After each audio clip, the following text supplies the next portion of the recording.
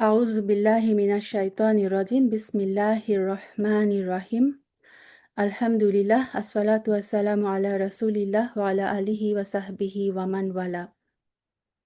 রব্বানা জিদনা ইলমা, রব্বি ইশরাহ লি সাদরি ওয়া ইয়াসসির লি আমরি ওয়াহলুল উকদাতাম মিন লিসানি ইয়াফকাহু কওলি। আল্লাহুম্মা সাল্লি ওয়া সাল্লিম আলা নাবিয়িনা মুহাম্মাদ। আল্লাহুম্মা লা সাহলা ইল্লা মা জাআলতাহু সাহলা ওয়া আনতা তাজআলুল হাজনা ইযা শি'তা সাহলা। আল্লাহুম্মা আল্লিমনা মা ইয়ানফা'না ওয়ানফা'না বিমা আল্লিমতানা ওয়া জিদনা ইলমা ইয়া রাব্বাল আলামিন। আসসালামু আলাইকুম ওয়া রাহমাতুল্লাহি ওয়া বারাকাতুহু। প্রিয় বোনেরা, শুরু করতে যাচ্ছি আল কোরআনুল কারিমের পঞ্চম পারার তর্জমা সেশন। তর্জমা সেশন শুরু করার আগে আমি লাস্ট যে 10টা নিয়তের কথা বলেছিলাম, নিয়তগুলো জাস্ট একটু শেয়ার করে নিই। বিসমিল্লাহ। প্রথমত, কোরআন যখন আমি তেলাওয়াত শুরু করব, তখন আমি নিয়ত করব যে কোরআনে আল্লাহ সুবহানাহু ওয়া তাআলা অনেক জায়গায় বলেছেন যে আল্লাহ সুবহানাহু ওয়া তাআলা এই ক্যারেক্টার ভালোবাসেন, আল্লাহ মুহসিনিনদের ভালোবাসেন। এই যে যে সমস্ত ক্যারেক্টার আল্লাহ সুবহানাহু ওয়া তাআলা বলেছেন যে তিনি ভালোবাসেন, সেই ক্যারেক্টারগুলো নিজের মধ্যে রপ্ত হওয়ার জন্য, অর্থাৎ আল্লাহর পছন্দের বান্দা হওয়ার নিয়তে আমি কোরআন তেলাওয়াত করব। যাতে কোরআনের ওই আয়াতগুলো পড়ে আমি আল্লাহ সুবহানাহু ওয়া তাআলার সেই পছন্দের ক্যারেক্টারগুলা নিজের মধ্যে ধারণ করতে পারি। 2 নম্বর হচ্ছে আল্লাহর কাছ থেকে খাস নেয়ামত পাওয়ার জন্য, কল্যাণ পাওয়ার জন্য। কারণ কোরআন হচ্ছে কল্যাণের উৎস। কোরআন পড়লে মানে যতক্ষণ আপনি পড়বেন ততক্ষণ ফেরেশতারা আপনাকে ঘিরে থাকবে। ফেরেশতারা আপনার তেলাওয়াত শুনতে থাকবে। তারপরে হরফে, হরফে আপনি নেকি পাবেন। সো এই আল্লাহর কাছ থেকে এত বিশাল নেয়ামত পাওয়ার জন্য, কল্যাণ পাওয়ার নিয়তে আমি কোরআন পড়ব। 3 নাম্বার হচ্ছে সমস্ত দুঃখ, কষ্ট, দুশ্চিন্তা দূর করার জন্য। কারণ কোরআন তেলাওয়াত হচ্ছে মানুষের অন্তর প্রশান্ত করে দেয়। সো সমস্ত দুঃখ, কষ্ট, যত দুশ্চিন্তা সেটা দূর করার নিয়তে আমি কোরআন পড়ব। 4 নম্বর হচ্ছে আল্লাহ যেন আমার দোয়া কবুল করেন। আল্লাহ সুবহানাহু ওয়া তাআলা বলেছেন যে যেকোনো ভালো কাজের পর যে দোয়া করা হয় তিনি সেটা কবুল করেন। সো কোরআন তেলাওয়াত হচ্ছে সর্বোত্তম জিকির। নফল ইবাদতের মধ্যে অনেকেই বলেছেন যে নফল ইবাদতের মধ্যে তাহাজ্জুদের সালাতের পরেই সর্বশ্রেষ্ঠ ইবাদত হচ্ছে কোরআন তেলাওয়াত করা। সো আ কোরআন তেলাওয়াত করব এবং কোরআন তেলাওয়াতের পরে আমরা দোয়া করব। এবং এর উসিলায় আমরা মানে কোরআন তেলাওয়াতের উসিলায় আল্লাহ সুবহানাহু ওয়া তাআলা যেন আমাদের মনের সমস্ত আশা আকাঙ্ক্ষা পূরণ করে দেয়, সেই নিয়তে আমরা তেলাওয়াত করব। পঞ্চম হচ্ছে কোরআন যেন আমার কবরের সঙ্গী হয়ে যায়। কবরের অন্ধকার জীবনে কোরআন যেন আলো হয়ে থাকে আমার সাথে। সিরাতের অন্ধকার পথে আমাকে যখন পুলসিরাত পার হতে হবে, সেই সিরাতে কোরআন যেন আলো। কোরআন হচ্ছে নূর। আল্লাহ সুবহানাহু ওয়া তাআলা বলেছেন কোরআন হচ্ছে নূর। সো কোরআন যেন এই কোরআনের নূরে আমার সিরাতের পথটা যেন আলোকিত হয়ে যায়, সেই নিয়তে আমি কোরআন পড়ব। আল্লাহ সুবহানাহু ওয়া তাআলা যেন আমাকে কোরআনের মাধ্যমে নবীর চরিত্রে উন্নীত হওয়ার মানে গুণান্বিত করেন। কারণ আয়েশা রাদিয়াল্লাহু তাআলা আনহা বলেছেন যে রাসূল সাল্লাল্লাহু আলাইহি সাল্লামের চরিত্রটাই ছিল কোরআন। সো আমি কোরআন পড়ব এই নিয়তে যে আল্লাহ আমি তোমার প্রিয় নবীর চরিত্র যেন নিজের মধ্যে ধারণ করতে পারি। সেই নবীর চরিত্রে গুণে নিজেকে গুণান্বিত করার নিয়তে আমি কোরআন তেলাওয়াত করব। কোরআন তেলাওয়াত করব আমি ভালো কাজে বিজি থাকার জন্য। আপনি যেটুকু সময় কোরআন তেলাওয়াত না করবেন, ওইটুকু সময়ও কিন্তু পার হয়েই যাবে। কিন্তু হয়তো দুনিয়াবি কোনো কাজে, আল্লাহর অসন্তুষ্টির কোনো কাজে। সো কোরআন তেলাওয়াত আমি কেন করব? যাতে আমার সময়টুকু ভালো কাজে ব্যয় হয়, ভালো কাজের তৌফিক বাড়ানোর জন্য।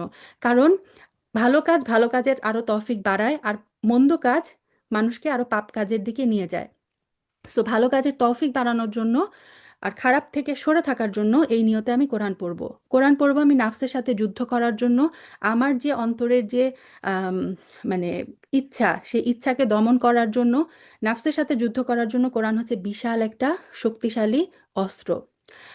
9 নম্বর হচ্ছে কোরআন আমি তেলাওয়াত করব কাফিরদের থেকে কিয়ামতের দিন যাতে আমি আলাদা হই। কারণ কাফিররা কোরআন তেলাওয়াত করে না। আমি মুসলিম উম্মাহ, রাসূল সাল্লাল্লাহু আলাইহি সাল্লামের উম্মত।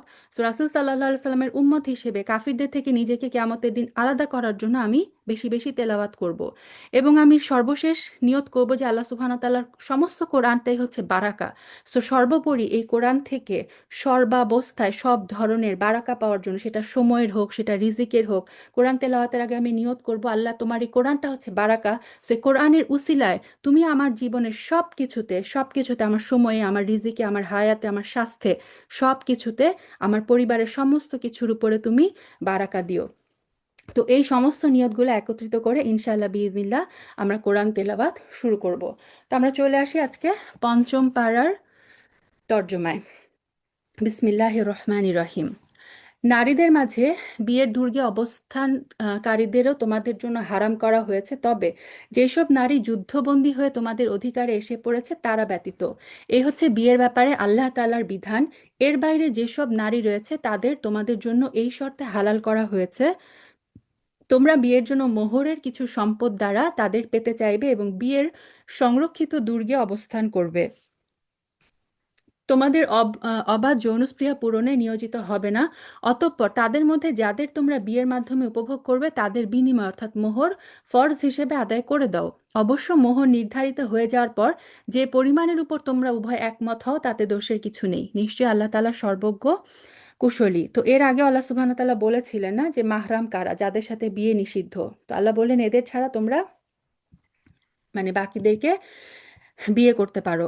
আর তোমাদের মধ্যে যে ব্যক্তির স্বাধীন এবং সম্ভ্রান্ত ঈমানদার নারীকে বিয়ে করার আর্থিক সামর্থ্য থাকবে না, সে যেন তোমাদের অধিকারভুক্ত কোনো ঈমানদার নারীকে বিয়ে করে না, মানে সে দাসীকে বিয়ে করতে পারবে। আগের দিনে দাসীর আহ, বিধানটা ছিল, আমাদের সমাজে আসলে এখন ওইভাবে দাসীর এটা প্রচলন নাই।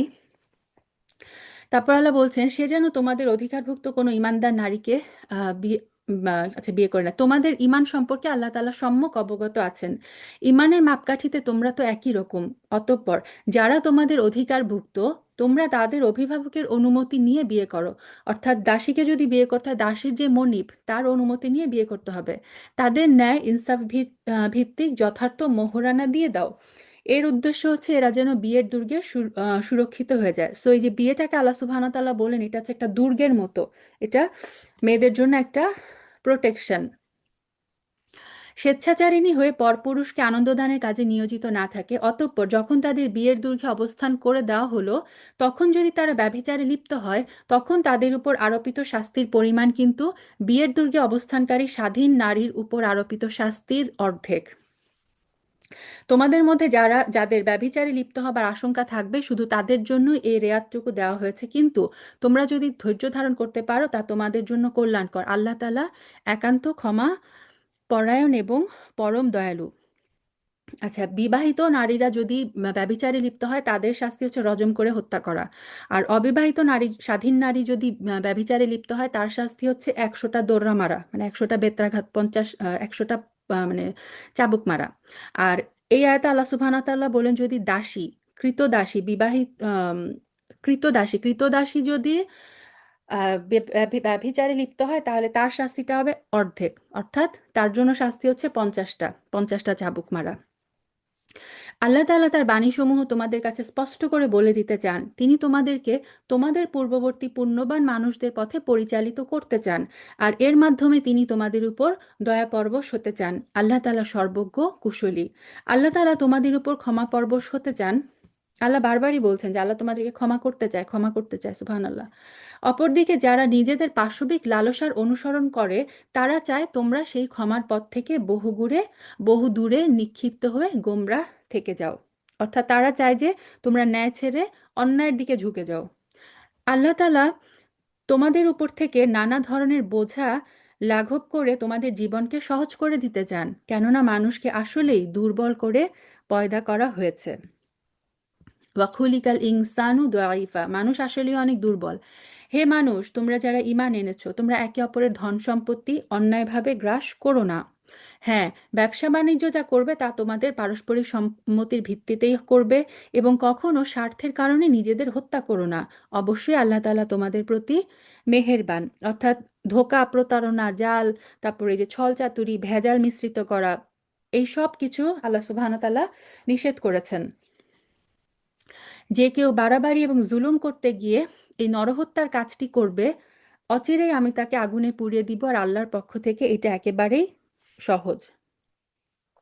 অর্থাৎ জেনে শুনে কেউ যদি সীমা লঙ্ঘন করে, এই যেখানে বলা হয়েছে আত্মহত্যার কথা, কি কোনো কোনো স্কলার বলেছেন এখানে আত্মহত্যার কথা বলা আছে, যে আত্মহত্যা যে মানে মহাপাপ। ঠিক আছে? তো আল্লাহ সুবহানাহু ওয়া তাআলা বললেন যে যদি কেউ এই কাজটি করে আল্লাহ সুবহানাহু ওয়া তাআলা তাকে আগুনে পুড়িয়ে দেবেন, আর আল্লাহর পক্ষ থেকে এই আগুনে পোড়ানো, আল্লাহর পক্ষ থেকে যে কোনো শাস্তি দেওয়াটা খুবই সহজ। যদি তোমরা সে সমস্ত বড় বড় গুনাহ থেকে বেঁচে থাকো যা থেকে তোমাদের নিষেধ করা হয়েছে, অর্থাৎ কবিরা গুনার কথা বলা হচ্ছে এখানে, যে তোমরা যদি কবিরা গুনাহ থেকে বেঁচে থাকো তাহলে তোমাদের ছোটখাটো গুনাহ এমনি আমি তোমাদের হিসাব থেকে মুছে দিব। আল্লাহ সুবহানাহু ওয়া তাআলা কিন্তু বললেন কবিরা গুনাহ থেকে কেউ যদি বেঁচে থাকতে পারে, সগীরা গুনাহগুলো আল্লাহ সুবহানাহু ওয়া তাআলা মাফ করে দিবেন, তোমাদের হিসাব থেকে মুছে দিবে এবং আমি অত্যন্ত সম্মানজনক স্থানে তোমাদের প্রবেশ করাবো। সো সগীরা গুনাহ আমরা জানি যে আমরা যখন অজু করি তখন অজুর মাধ্যমেও কিন্তু আমাদের সগীরা গুনাহগুলো মাফ হয়ে যায়। তারপরে এরকম সগীরা গুনাহ মাফ করার অনেক অনেক উপায় রাসূল সাল্লাল্লাহু আলাইহি সাল্লাম আমাদেরকে জানিয়েছেন। তো সগীরা গুনাহ মাফ হবে তখনই যখন আমরা নিজেদেরকে কবিরা গুনাহগুলো অর্থাৎ বড় গুনাহ থেকে বাঁচিয়ে রাখতে পারবো। আল্লাহ তাআলা তোমাদের একজনের উপরে আরেকজনকে যা কিছু বেশি দান করেছেন তোমরা তার লোভ করো না। অর্থাৎ কাউকে আল্লাহ মানে একটু বেশি দিয়েছেন, কাউকে একটু কম দিয়েছেন, পুরুষদেরকে একটু বেশি শক্তিশালী করেছেন, মেয়েদেরকে একটু কম শক্তিশালী করেছেন। আল্লাহ বললেন তোমরা সেটা তার লোভ করো না। যা কিছু পুরুষরা উপার্জন করলো তা তাদের অংশ, আর নারীরা যা কিছু অর্জন করলো তা হচ্ছে তাদেরই অংশ। তোমরা আল্লাহ তাআলার কাছ থেকে তার অনুগ্রহ প্রার্থনা করো। অবশ্যই আল্লাহ তাআলা প্রতিটি বিষয় সম্পর্কে সম্যক ওয়াকেফাল রয়েছেন। তো আহ, তাফসিরে এসেছে যে উম্মে সালামা রাদিয়াল্লাহু তাআলা আনহা একদিন বললেন যে ইয়া রাসূলুল্লাহ, পুরুষরা তো জিহাদে অংশগ্রহণ করে শাহাদাত লাভে ধন্য হয়, তা আমরা মেয়েরা তো জিহাদে অংশগ্রহণ করতে পারি না। এত ফজিলতপূর্ণ একটা কাজ থেকে তো আমরা বঞ্চিত। আবার আমরা মিরাসও পুরুষের অর্ধেক পাই, সম্পদেও আমরা অর্ধেক পাই। তখন তার এই কথার ভিত্তিতে এই আয়াতটা আল্লাহ সুবহানাহু ওয়া তাআলা নাজিল করলেন যে আল্লাহ সুবহানাহু ওয়া তাআলাই সবচেয়ে ভালো জানেন পুরুষদেরকে কেন তিনি শারীরিক শক্তি বেশি দিয়েছেন, যে শক্তির ভিত্তিতে তারা হচ্ছে জিহাদে অংশগ্রহণ করে। আবার মেয়েদের ক্ষেত্রে যেমন বলা হয়েছে যে মহিলাদের জন্য হজ করাটা হচ্ছে জিহাদ, সর্বশ্রেষ্ঠ জিহাদ। কারণ ওইখানে যে আহ, নিজের পর্দা, নিজের সবকিছু, নিজের ধৈর্য সবকিছু সংবরণ করা হচ্ছে মহিলাদের জন্য অনেক বড় কষ্টের একটা পরীক্ষার একটা কাজ। সো আল্লাহ সুবহানাহু ওয়া তাআলা প্রত্যেককেই স্পেশাল কিছু গুণ দিয়ে পাঠিয়েছেন এবং তিনিই জানেন যে কার জন্য কোনটা হচ্ছে বেস্ট। সো আমরা যেন কখনো এই আফসোস না করি যে ছেলেদেরকে এটা কেন দেওয়া হলো, আমাদেরকে এটা কেন কম দেওয়া হলো। আল্লাহ নোজ বেস্ট।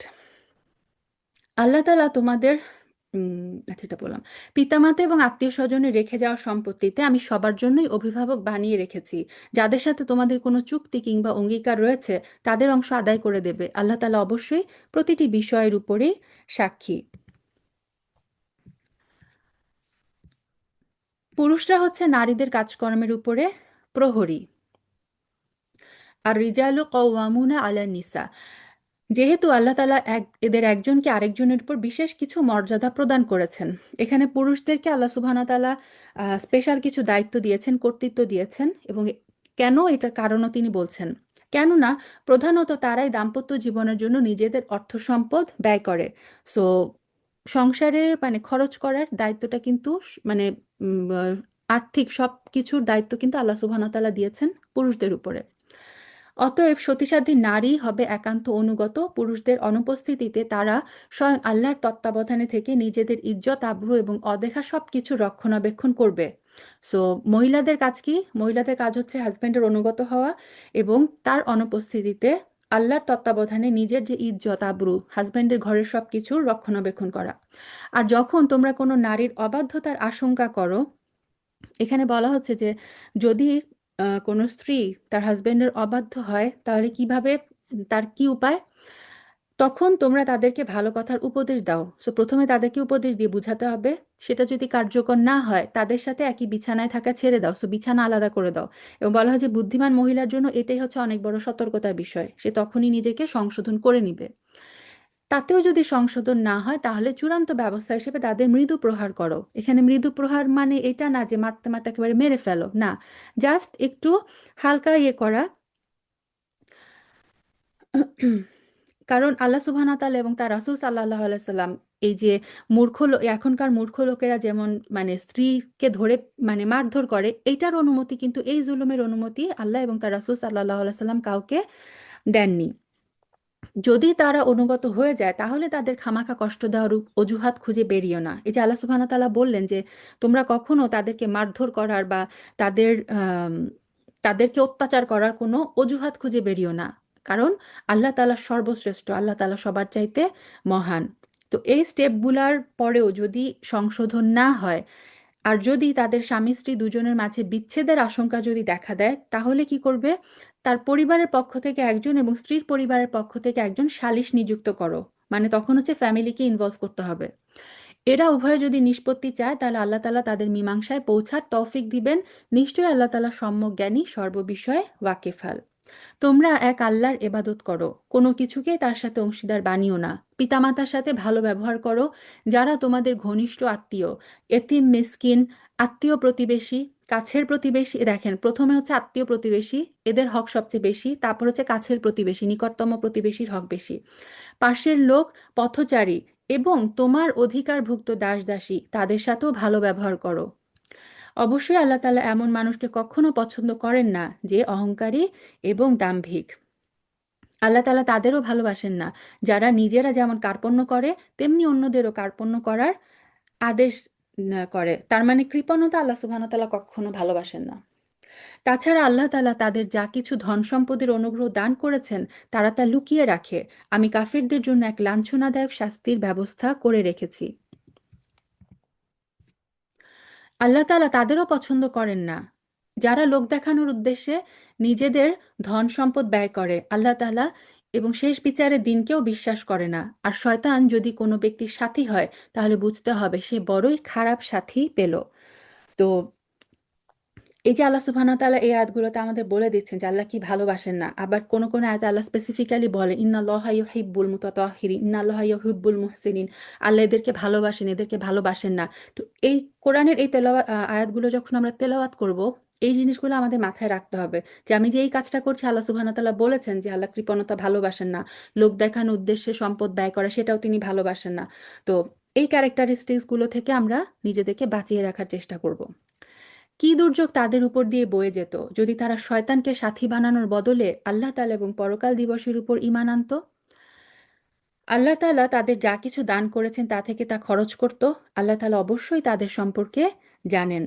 আল্লাহ তাআলা কারো উপর এক বিন্দু পরিমাণও জুলুম করেন না, বরং তিনি এত দয়ালু যে নেকির কাজ যদি একটি হয় তবে তিনি তার পরিমাণ দ্বিগুণ করে দেন এবং এর সাথে তিনি নিজ থেকেও বড় পুরস্কার দান করেন। সুবহানাল্লাহ। আল্লাহ সুবহানাহু ওয়া তাআলা যে কোনো ভালো কাজকে অনেক গুণ বাড়িয়ে তারপরে হচ্ছে সেটা মহা পুরস্কার রূপে কিয়ামতের দিন আমাদেরকে দিবেন ইনশাআল্লাহ বিইজনিল্লাহ। সেদিন তাদের অবস্থাটা কেমন হবে? যখন আমি প্রত্যেক উম্মতের কাজের সাক্ষী হিসেবে তাদের নবীকে এনে হাজির করব। হে মুহাম্মদ সাল্লাল্লাহু আলাইহি সাল্লাম, এদের সবার কাছে সাক্ষী হিসেবে আমি তোমাকে নিয়ে আসব। তো প্রত্যেক উম্মতের মধ্য থেকে আল্লাহ সুবহানাহু ওয়া তাআলা যে তাদের কাছে নবী পাঠিয়েছিলেন, সেই নবীরা এসে কিয়ামতের দিন আল্লাহ সুবহানাহু ওয়া তাআলাকে বলবেন যে হে আল্লাহ, আমি তোমার বার্তা আমার জাতির কাছে পৌঁছে দিয়েছি, তারা মানেনি, তাতে আমার কি দোষ? তারপরে রাসূল সাল্লাল্লাহু আলাইহি ওয়াসাল্লাম সেই নবীর উপর সাক্ষ্য দিবেন যে হে আল্লাহ, এই নবীরা সবাই সত্য কথা বলছে। এবং রাসূল সাল্লাল্লাহু আলাইহি ওয়াসাল্লাম কিভাবে সাক্ষ্য দিবেন, তিনি কোথা থেকে জানলেন? তিনি সাক্ষ্য দেবেন এই কোরআনের ভিত্তিতে। কারণ এই কোরআন আমাদেরকে জানিয়েছেন এবং কোরআন আমাদেরকে হুকুম দিয়েছে আল্লাহ সুবহানাহু ওয়া তাআলা যে আমরা সমস্ত নবীর উপর কিন্তু বিশ্বাস করি। সো রাসূল সাল্লাল্লাহু আলাইহি সাল্লাম, এই যে আল্লাহ সুবহানাহু ওয়া তাআলা এই আয়াতে বললেন যে রাসূল সাল্লাল্লাহু আলাইহি সাল্লাম হচ্ছে সমস্ত নবীর সাক্ষ্য হিসেবে সেদিন আল্লাহর সাথে কথা বলবেন। তো হাদিসে এসেছে একদিন রাসূল সাল্লাল্লাহু আলাইহি সাল্লাম আব্দুল্লাহ ইবনে মাসউদ রাদিয়াল্লাহু তাআলা আনহুর কাছে এসে বললেন যে তুমি আমাকে একটু কোরআন তেলাওয়াত করে শোনাও। তো আব্দুল্লাহ ইবনে মাসউদ রাদিয়াল্লাহু তাআলা আনহু কোরআন তেলাওয়াত করতে করতে এই আয়াতটা যখন আসলেন, এই 41 নাম্বার আয়াতে, তখন রাসূল সাল্লাল্লাহু আলাইহি সাল্লাম বললেন থামো, যথেষ্ট হয়েছে। এবং আব্দুল্লাহ ইবনে মাসউদ রাদিয়াল্লাহু তাআলা আনহু বললেন যে আমি দেখলাম রাসূল সাল্লাল্লাহু আলাইহি সাল্লাম কাঁদছেন। কারণ এই যে তাকে এই কথাটা চিন্তা করে তিনি কাঁদছেন যে তাকে সমস্ত নবীর উপরে সাক্ষ্য হিসেবে আল্লাহ সুবহানাহু ওয়া তাআলা সেদিন উপস্থাপন করবেন। যারা কুফরি করেছে এবং রাসূলের বিরুদ্ধাচরণ করেছে তারা সেদিন কামনা করবে, ভূমি ধসে যদি এমন হয়ে যেত, মাটি যদি তাদের উপর এসে সব সমান হয়ে যেত। সেদিন মানুষ কোনো কথাই আল্লাহ তাআলার কাছ থেকে গোপন করতে পারবে না। এই আয়াতটা হচ্ছে হাসরের মাঠে কাফেরদের যে দুরবস্থা হবে সেটার বিবরণ দিচ্ছে। কাফেররা কিয়ামতের দিন, মানে তারা উইশ করবে, তারা চিন্তা করবে, ইস আমরা যদি মাটির সাথে মিশে যেতাম, মাটি যদি দুই ভাগ হয়ে যেত, আমরা যদি সেখানে ঢুকে যেতাম। হাসরের ময়দানে কাফেররা যখন দেখবে যে সমস্ত জীবজন্তুদের কি করা হবে, যেই ধরেন একটা ছাগল যদি অন্য একটা ছাগলকে শিং দিয়ে গুতা দিয়ে থাকে পৃথিবীতে, আল্লাহ সুবহানাহু ওয়া তাআলা সেই ছাগলগুলোকে কিয়ামতের দিন পুনরুত্থান দিয়ে করে বলবেন, এখন তুমি ওকে শিং দিয়ে গুতা মারো, তারপরে হচ্ছে তোমাদের হিসাব সমান। ঠিক আছে, এরপরে আল্লাহ সুবহানাহু ওয়া তাআলা কি করবেন, ওই জীবজন্তুগুলো মাটি হয়ে যাবে। তাদের আর কোনো হিসাব, তাদের আর কোনো পরকাল ওগুলা বলে কিছু নাই। তাদের জীবজন্তুদের ক্ষেত্রে অত্যাচারের প্রতিশোধ নেওয়ার পরে তারা মাটিতে পরিণত হয়ে যাবে। তো এই সিনটা দেখে কাফেররা তখন বলবে, ইস, আমরাও যদি মাটি হয়ে যেতাম। সূরা নাবার একদম লাস্ট আয়াতটাও কিন্তু বলা আছে যে কাফেররা সেদিন বলবে, কতই না উত্তম হতো যদি আমরাও মাটি হয়ে যেতাম। তো এটা হবে তাদের অবস্থা সেদিন, কেয়ামতের দিন, নিজেদের কৃতকর্ম দেখে এবং নিজেদের পরিণাম চিন্তা করে। হে ইমানদাররা, তোমরা কখনো নেশাগ্রস্ত অবস্থায় সালাতের কাছেও যেও না, যতক্ষণ না পর্যন্ত তোমরা নিশ্চিত না হবে যে তোমরা যা কিছু বলছো তা তোমরা ঠিক ঠিক জানতে ও বুঝতে পারছো। তো এটা ছিল উম, মদ হারাম হওয়ার আয়াত তখনও নাজিল হয় নাই। এর আগে আমরা দেখে এসেছিলাম যে রাসূল সাল্লাল্লাহু আলাইহি সাল্লামকে আল্লাহ বলছেন যে তুমি বলে দাও যে মদ এবং জুয়ার মধ্যে কিছু উপকার আছে, কিন্তু এটার ক্ষতিটা হচ্ছে অনেক বেশি। ওইটা ছিল ফার্স্ট স্টেপ। সেকেন্ড স্টেপ হচ্ছে এটা, আল্লাহ সুবহানাহু ওয়া তাআলা একটা নির্দিষ্ট, মানে মদ খাওয়ার জন্য একটা সময়সূচি ইয়ে করে দিলেন যে তোমরা যখন সলাতের টাইম হবে তখন তোমরা নেশাগ্রস্ত হবে না, নেশাগ্রস্ত অবস্থায় তোমরা সলাতের কাছেও যাবে না, অর্থাৎ সলাতের টাইমের আশেপাশে তোমরা মদ্যপান করবে না। কেন এরকম একটা ঘটনা হয় যে একজন ইমাম মদ পান করার পরে সে সলাতে দাঁড়ালে নেশার ঘোরে সে কোরআন পড়ার সময় ভুল তেলাওয়াত করে। তো তখন এটা নাজিল হয় যে নেশাগ্রস্ত অবস্থায় যদি তোমরা না বুঝ যখন তোমরা বুঝতেই পারবে না যে তোমরা ঠিক পড়ছো না ভুল পড়ছো, সেই অবস্থায় তোমরা সলাতের কাছাকাছি যাবে না, সলাত পড়বে না। অপবিত্র অবস্থায়ও তোমরা সলাতের কাছে যেও না, মানে যখন তোমার অজু বা গোসলের পবিত্রতা অর্জন করতে হবে সে অপবিত্র অবস্থায় নামাজ পড়ো না, যতক্ষণ না তোমরা গোসল সেরে নিবে। তবে যদি সফরে থাকলে ভিন্ন কথা, যদি তোমরা অসুস্থ হয়ে পড়ো অথবা প্রবাসে থাকো, কিংবা তোমাদের কেউ যদি পায়খানা থেকে বেরিয়ে আসো, অথবা যদি দৈহিক মিলনের নারী স্পর্শ করো, পানি দিয়ে নিজেদের পরিষ্কার করে নিবে। যদি পানি না পাও পবিত্র মাটি দিয়ে তায়াম্মুম করে নিবে। সো এখানে কিছু অবস্থার কথা বলা হলো, যদি পানি না পাওয়া যায়, গোসল ফরজ, অথচ যদি পানি পাওয়া না যায় একান্তই, তাহলে হচ্ছে আল্লাহ সুবহানাহু ওয়া তাআলা বললেন যে সেক্ষেত্রে তায়াম্মুম করে নিলেও হয়ে যাবে। আর তায়াম্মুমের পদ্ধতি কি, তোমাদের মুখমণ্ডল এবং তোমাদের হাত মাসেহ করে নিবে। তায়াম্মুমের পদ্ধতিও কিন্তু আল্লাহ সুবহানাহু ওয়া তাআলা কোরআনে শিখিয়ে দিয়েছেন। অজু যেমন অজু শিখিয়েছেন সূরা মাইদাতে, আমরা দেখব ইনশাআল্লাহ। তায়াম্মুম এখানে বলে দিন সূরা নিসা যে তোমাদের মুখমণ্ডল এবং হাত মাসেহ করে নিবেন। অবশ্যই আল্লাহ তাআলা গুনাহ মার্জনাকারী, পরম ক্ষমাশীল। হে নবী, তুমি কি তাদের অবস্থা দেখোনি যাদের আসমানী গ্রন্থের সামান্য একটা অংশ দেয়া হয়েছিল, কিন্তু গোমরাহির পথই তারা কিনে নিচ্ছে। তারা চায় তোমরাও যেন পথভ্রষ্ট হয়ে যাও। এটা হচ্ছে ইহুদি নাসারাদের কথা বলা হচ্ছে, যে ইহুদি নাসারারা তারা নিজেরা তো পথভ্রষ্ট, তারা আবার চায় হচ্ছে ইমানদারদের, মুসলিমদেরকেও তারা কিন্তু টার্গেট থাকে সবসময় পথভ্রষ্ট করার। তোমাদের দুশমনদের আল্লাহ তাআলা ভালো করেই জানেন, অভিভাবক হিসেবে আল্লাহ তাআলাই যথেষ্ট, সাহায্যকারী হিসেবেও আল্লাহ তাআলাই যথেষ্ট। ইহুদি জাতির মধ্যে কিছু লোক এমন আছে যারা রাসূলের কথাগুলোকে মূল জায়গা থেকে সরিয়ে বিকৃত করে দেয়। এইটা ওই যে আমরা সূরা বাকারায়ও পড়ে এসেছিলাম যে তারা রয়নাকে ওই যে আইনের পরে একটা মাদ দিয়ে বিকৃত করে, বিকৃত অর্থে রাসূল সাল্লাল্লাহু আলাইহি সাল্লামকে অপমান করার জন্য তারা এইভাবে বলতো। তা আল্লাহ সুবহানাহু ওয়া তাআলা এখানে আবারও সেই কথা বলছেন। তারা বলে আমরা শুনলাম এবং সাথে সাথে অমান্য করলাম।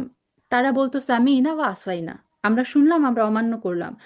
আর সাহাবীরা কি বলতেন, সামি'না ওয়া আতা'না, আমরা শুনলাম এবং আমরা মান্য করলাম, আমাদের কথা শুনুন। আচ্ছা, তারা আবার বলে আমাদের কথা শুনুন, এই যে রয়না, এটার আল্লাহ সুবহানাহু ওয়া তাআলা আবার এখানে বলছেন।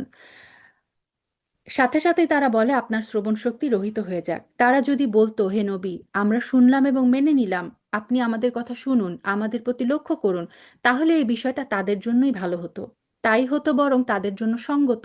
কিন্তু সত্য অস্বীকার করার কারণে তাদের উপর আল্লাহ তাআলা অভিশাপ দিয়েছেন। তারপর তাদের সামান্য কিছু লোক মাত্রই ঈমান এনে থাকে। হে মানুষরা, যাদের কিতাব দেওয়া হয়েছে, তোমরা সেই গ্রন্থের উপর ঈমান আনো যা আমি মুহাম্মাদের উপর নাজিল করেছি। এই কিতাব তোমাদের কাছে মজুদ পূর্ববর্তী কিতাবের সত্যতা স্বীকার করে। সো আমরা কোরআনের মাধ্যমে কিন্তু তাওরাত এবং ইনজিলে বিশ্বাস করি, এবং এটা যে সত্য আল্লাহ সুবহানাহু ওয়া তাআলার পক্ষ থেকে, এটা আমরা স্বীকার করি। ঈমান আনো সেই সময়ের আগে যখন আমি পাপিষ্ঠদের চেহারাসমূহ বিকৃত করে তা উল্টো দিকে ঘুরিয়ে দেব। কত মানে ভয়ঙ্কর মানে ওয়ার্নিং আল্লাহ সুবহানাহু ওয়া তাআলা দিয়েছেন। অথবা ইহুদিদের পবিত্র দিন শনিবারের অবমাননাকারীদের প্রতি আমি যেভাবে অভিশাপ নাজিল করেছি, তেমনি কোনো বিপর্যয় আসার আগে তোমরা ঈমান আনো। আর আল্লাহর হুকুম সে তো অবধারিত। শনিবারের এই যে অবমাননাকারীদের ঘটনা কিন্তু আমরা সূরা বাকারায় বাকারায় না আলী ইমরানে পড়লাম, তাই না? ওই যে তারা নিষেধ আল্লাহ সুবহানাহু ওয়া তাআলার নিষেধ অমান্য করার কারণে আল্লাহ তাদেরকে বানর এবং শূকরে পরিণত করে দিয়েছিলেন। নিঃসন্দেহে আল্লাহ তাআলা কখনো সেই গুনাহ মাফ করবেন না যেখানে তার সাথে কাউকে শরিক করা হয়। সো এই যে আল্লাহ সুবহানাহু ওয়া তাআলা এখানে ক্লিয়ারলি বলে দিলেন, শিরকের গুনাহ তিনি কখনো ক্ষমা করবেন না। এই ছাড়া অন্য সব গুনাহ তিনি যাকে ইচ্ছা ক্ষমা করে দেন। যে ব্যক্তি আল্লাহর সাথে শিরক করলো সে সত্যি আল্লাহর উপর মিথ্যা আরোপ করলো, যা বড় ধরনের একটি গুনাহ। সো শিরকের গুনাহ ছাড়া অন্য যে কোনো গুনাহ কিয়ামতের দিন আল্লাহ সুবহানাহু ওয়া তাআলা চাইলে কোনো প্রকারের শাস্তি না দিয়ে ক্ষমা করে দিতে পারেন, আবার চাইলে শাস্তি দেওয়ার পর ক্ষমা করতে পারেন। আবার অনেককে রাসূল সাল্লাল্লাহু আলাইহি সাল্লামের সুপারিশে আল্লাহ সুবহানাহু ওয়া তাআলা ক্ষমা করবেন। কিন্তু আল্লাহ ক্লিয়ারলি জানিয়ে দিলেন, শিরক হচ্ছে একমাত্র অপরাধ যেইটার মানে কোনো অবস্থাতেই মাফ হবে না। কেউ যদি শিরকের উপরে মারা যায় এই বিশ্বাস করে, তাহলে তার অবধারিত স্থান হচ্ছে জাহান্নাম। শিরক হচ্ছে সবচেয়ে বড় অন্যায়। হে নবী, তুমি কি তাদের অবস্থা দেখোনি যারা নিজেদেরকে খুব পবিত্র মনে করে? ইহুদিদের কথা বলা হচ্ছে। তারা ভাবে যে তারা নিজেদের অত্যন্ত প্রশংসা করে। তারা বলে যে তারা হচ্ছে আল্লাহর পুত্র এবং আল্লাহর প্রিয় পাত্র। নাউজুবিল্লাহ। তো আল্লাহ সুবহানাহু ওয়া তাআলা এখানে বলছেন, অথচ একমাত্র আল্লাহ তাআলাই যাকে ইচ্ছা তাকে পবিত্র করেন। যারা অহংকারী তাদের উপর বিন্দু পরিমাণও জুলুম করা হবে না। এখানে যে ফাতিলা শব্দটা এসেছে, যে ওয়ালা ইউজলামুনা ফাতিলা, ফাতিলা মানে হচ্ছে খেজুরের আটির, যদি দেখেন খেজুরের যে বিচিটা, সেটার ফাটলের মধ্যে খুব সূক্ষ্ম আর পাতলা সুতার মতো একটা অংশ থাকে, দেখবেন সাদা একটা একদম পাতলা। আজকে যখন আপনারা ইফতার করবেন তখন এই জিনিসটা দেখবেন ফাতিলা কি। বিচিটার মধ্যে দেখবেন যে খুব সূক্ষ্ম একদম সাদা পাতলা একটা সুতার মতো একটা জিনিস থাকে, সেইটার হচ্ছে ফাতিলা। তা আল্লাহ সুবহানাহু ওয়া তাআলা বলেন যে কিয়ামতের দিন কারো উপরে এই ফাতিলা পরিমাণ জুলুমও আল্লাহ সুবহানাহু ওয়া তাআলা করবেন না। তাকিয়ে দেখো এদের দিকে, কিভাবে এরা আল্লাহ তাআলার উপর মিথ্যা আরোপ করছে। প্রকাশ্য গুনাহ হিসেবে এটাই তো তার জন্য যথেষ্ট। তুমি কি তাদের অবস্থা দেখোনি যাদের আল্লাহ তাআলা কিতাবের কিছু অংশ দান করেছিলেন? তারা আস্তে আস্তে নানা ধরনের ভিত্তিহীন অমূলক জাদু মন্ত্র জাতীয় জিনিস এবং মিথ্যা মাবুদের উপর ঈমান আনতে শুরু করলো, এবং এই কাফিরদের সম্পর্কে তারা বলতে লাগলো, ঈমানদারদের তুলনায় এরাই তো বেশি সঠিক পথের উপরে রয়েছে। এটা হচ্ছে ইহুদিদের আম, আরেকটা কথা বলা হচ্ছে যে ইহুদিদের এটা আরেকটা দোষ। তারাও কিন্তু কিতাবধারী ছিল, কিন্তু তারা কি করেছে, কিতাবধারী হওয়া সত্ত্বেও তারা শয়তান, মূর্তি, গণক বা জাদুকর এবং তাগুত, তাগুত মানে হচ্ছে যে কোনো মিথ্যা উপাস্য, শয়তান এক ধরনের তাগুত, যে কোনো মিথ্যা উপাস্যর উপরে তারা বিশ্বাস করেছে। ইভেন তারা এইটাও বলতো যে মক্কার যে কাফেররা, এরাও হচ্ছে মুসলিমদের চেয়ে নাকি বেশি হেদায়েত প্রাপ্ত। তো আল্লাহ সুবহানাহু ওয়া তাআলা এইটাই বলছেন যে তারা তো কিতাবধারী, তাদের কাছে কিতাবের জ্ঞান ছিল, কিন্তু তারা কিভাবে মানে মিথ্যা মাবুদের উপর ঈমান এনে তারা বলছে যে আসল যে মুসলিমরা সেই ঈমানদারদের তুলনায় কাফেররা, কাফেরদেরকে তারা ভাবতো কাফেররা হচ্ছে মুসলিমদের চেয়েও মানে সঠিক পথের উপরে আছে। কত ভিত্তিহীন তাদের অভিযোগ। এরাই হচ্ছে সেই হতভাগ্য মানুষ যাদের উপর আল্লাহ তাআলা অভিসম্পাত করেছেন। আর আল্লাহ তাআলা যার উপর অভিশাপ পাঠান তার জন্য তুমি কখনো সাহায্যকারী পাবে না। অথবা এরা কি মনে করে যে তাদের ভাগে রাজত্ব বরাদ্দ করা আছে? তেমন কিছু হলে এরা খেজুর পাতার একটা ঝিল্লিও কাউকে দিত না। এই যে এখানে আরেকটা শব্দ এসেছে নাকির, লা ইউতুনা নাসা নাকির, মানে তারা আল্লাহ সুবহানাহু ওয়া তাআলা বলছেন যে এই ইহুদিদের তার আল্লাহর রাজ্যে তাদের কি কোনো অংশ আছে? যদি থাকতো তাহলে তারা লোককে খেজুরের আঠির, এই নাকির হচ্ছে খেজুরের মধ্যে আরেকটা জিনিস দেখবেন, খেজুরের আটির পিঠে দেখবেন যে একটা মানে বিন্দু আছে, একটা ফোঁটা, একটা ফোঁটা আছে, সেই ফোঁটাটা ওইটা হচ্ছে নাকির। তা আল্লাহ সুবহানাহু ওয়া তাআলা বললেন যে এরা এই যে বিন্দু পরিমাণ, এই বিন্দু পরিমাণও তারা দান করে না। ইহুদিরা হচ্ছে এতই কৃপণ। অথবা এরা কি অন্যান্য মানুষদের তার উপর হিংসা করে যাদেরকে আল্লাহ তাআলা নিজস্ব ভাণ্ডার থেকে নানা কিছু দান করেছেন? আমি তো ইতিপূর্বে ইব্রাহিমের বংশধরদেরও আমার গ্রন্থ এবং সেই গ্রন্থলব্ধ জ্ঞান বিজ্ঞান দান করেছিলাম। আমি তাদের বিশাল রাজত্ব দান করেছিলাম। তা আল্লাহ সুবহানাহু ওয়া তাআলা এখানে বলছেন যে আসলে সবচেয়ে বড় অনুগ্রহটা, সবচেয়ে বড় রিজিক হচ্ছে নবুয়ত, হেদায়েত। অতঃপর তাদের মধ্যে কিছু লোক ছিল যারা তার উপর ঈমান এনেছে, আবার কেউ ছিল যারা তার থেকে মুখ ফিরিয়ে নিয়েছে। এদের জন্য জাহান্নামের জ্বলন্ত আগুনই যথেষ্ট। যারা আমার আয়াতসমূহকে অস্বীকার করেছে, আমি অচিরেই তাদের জাহান্নামের আগুনে পুড়িয়ে দিব। এখানে জাহান্নামের শাস্তির একটা ভয়াবহ একটা দৃষ্টান্ত আল্লাহ সুবহানাহু ওয়া তাআলা দিচ্ছে। দেখেন, আল্লাহুম্মা আজিরনা মিনান্নার, আল্লাহুম্মা আজিরনা মিনান্নার, আল্লাহুম্মা আজিরনা মিনান্নার। আল্লাহ বললেন, আপনি অতঃপর যখনই তাদের দেহের চামড়া গলে যাবে, তখনই আমি তাদের নতুন চামড়া বদলে দিব, যাতে করে তারা আযাব ভোগ করতে পারে। অবশ্যই আল্লাহ তাআলা মহাপরাক্রমশালী, বিজ্ঞ, কুশলী। তো কোনো কোনো সাহাবী বর্ণনা করেছেন এই যে চামড়া পরিবর্তনের কাজটা দিনের মধ্যে কয়েকশো বার হবে। সো তাদেরকে চামড়াগুলো যখন পুড়ে যাবে, তখন আল্লাহ সুবহানাহু ওয়া তাআলা কি করবেন, সাথে সাথে সেই চামড়া উঠে আবার নতুন চামড়া দিবেন, আবার আগুনে পুরানো হবে। দিনের মধ্যে কয়েকশো বার এই চামড়া পুরানোর, চামড়া বদলানোর কাজটা হবে। এবং হাদিসের বর্ণনায় এসেছে যে জাহান্নামীরা জাহান্নামে এত মোটা হয়ে যাবে যে তাদের এক কাঁধ থেকে আরেক কাঁধের দূরত্ব হবে দ্রুতগামী সওয়ারির 3 দিনের পথ। এবং তাদের চামড়ার স্থূলতা হবে 70 হাত, তাদের চোয়ালের দাঁত হবে উহুদ পাহাড়ের মতো। সো বিশাল তাদের চামড়ার যে স্থূলতা, মোটা মোটা চামড়া দেওয়া হবে এবং বিশাল তাদের বডির সাইজ হয়ে যাবে। তো আজাবটা কত পরিমাণে তারা ভোগ করবে! আল্লাহ যেন আমাদের জাহান্নামে একটা সেকেন্ডের জন্য না ফেলেন। আল্লাহ, তুমি আগুনের আজাব থেকে আমাদেরকে মুক্তি দিও। এই কোরআনের উসিলায় তুমি আমাদেরকে মুক্তি দিও, আল্লাহুম্মা আমিন। অপরদিকে যারা ঈমান এনেছে এবং ভালো কাজ করেছে, আল্লাহ তুমি আমাদেরকে তাদের অন্তর্ভুক্ত করো। যা তাদের অচিরে আমি এমন এক জান্নাতে প্রবেশ করাবো যার তলদেশ দিয়ে ঝর্ণাধারা প্রবাহিত হবে। সেখানে তারা থাকবে চিরকাল। তাদের জন্য থাকবে পুত পবিত্র সঙ্গী এবং সঙ্গিনীরা।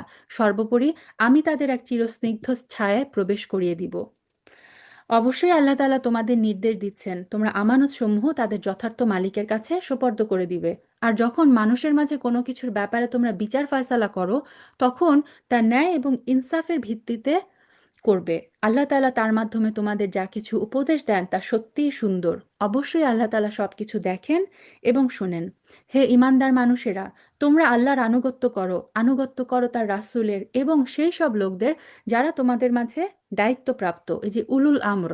তো আল্লাহর আনুগত্য করতে হবে ফার্স্ট, সেকেন্ড হচ্ছে রাসূল সাল্লাল্লাহু আলাইহি সাল্লামের আনুগত্য করতে হবে, এবং তারপরে যে উলুল আমর যারা তোমাদের মধ্যে দায়িত্বপ্রাপ্ত।